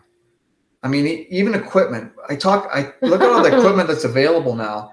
I remember back in like 95 and 96 when we lived in Ohio with Telterra. I'm going up to the music store. I'm going to ask them about if they have equipment like this. I'd come back and like, no, they say that doesn't exist and it never will exist. Well, that's all the stuff that's out now because bands are performing like what we did back then. And if we would have had that kind of stuff back then, oh my god. What if somebody screwed up the timeline and we're on the wrong timeline? Well, we're into that too. Okay. Mandela effect and all of it. Yeah, so maybe we got somehow off the wrong timeline. So we're just slightly askew from where we need to be. That and C-3PO has a silver leg all of a sudden. Yeah, what's the deal with that? I don't buy it. He never had a silver leg. No. I call shenanigans on that. I do. Well, there's also that line, Luke, I am your father, or whatever, that they say he's never said, but everybody says that that's what he says. Luke, I am your father. He doesn't say that in the movie, apparently. No, he says, no, I am your father. Yeah, right? But everyone says, Luke, I am your father. Yeah. No, you can't trust the vid. I only trust the VHS. That's it. Yes. The only true barometer. Yeah. But yeah, anyways. Now that my mind's completely blown. I get creeped out sometimes going down those rabbit holes on YouTube of conspiracy theory, but like good conspiracy theories, not stupid ones. Yeah. I mean, they're stupid, but you know what I mean? Harmless conspiracy theories, let's just say. But it's fascinating, all those Mandela effect. And it is, sometimes you're like, wait a minute, I do remember that. So how can we all collectively have the same wrong memory? It's bizarre. Yeah, the Berenstain Bears versus Berenstein Bears, the entirety of it, it's bizarre. Mind-boggling. I just hope I don't wake up someday married to someone else. Then I'm going to really have to. See, this is stuff that I think for stories down the line, like random weird stuff, like all of a sudden you're just someplace else and you have no idea how you got there and have to figure it out. I think Kafka was trying to warn us. Yeah. Glitch in the Matrix. Mm-hmm. Yeah. Well, this interview has gone in places I never dreamed it would have. It's pretty amazing. It's been fun. Absolutely. And it is currently midnight my time, and it's the latest I've been up in approximately 3 years. Right on. Well, we apologize because sometimes we go off on our rambles. In fact, I've sort of tried to check myself in this because in past ones I've sometimes rambled on and one thing to the next and off, and next you know I wake up the next morning going, oh my god, what did I do? What the hell's wrong with me? Well, actually you successfully eliminated about a half a dozen questions that I'd had for you without my even having to have asked them, so that's congratulations on rambling. See? All right. Yeah. It was worthwhile. I don't know who's astral projecting to whom at this point. Right. Yeah, we're all just getting bombarded from everywhere, different dimensions, and yeah. Speaking of, we need to watch that movie that alien one. Which one?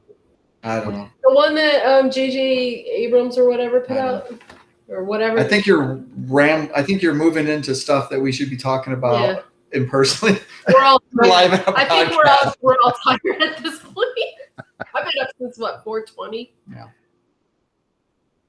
Well, guys, I will let you go, and I really, really appreciate all of this. This has been so much more interesting than I could have possibly dreamed. I so much appreciate it. Well, likewise, very fun to talk to you. Absolutely, you as well. And hopefully I'll talk to you again someday soon. Absolutely. All right. Thanks. Have a good Thank one. you. You as well.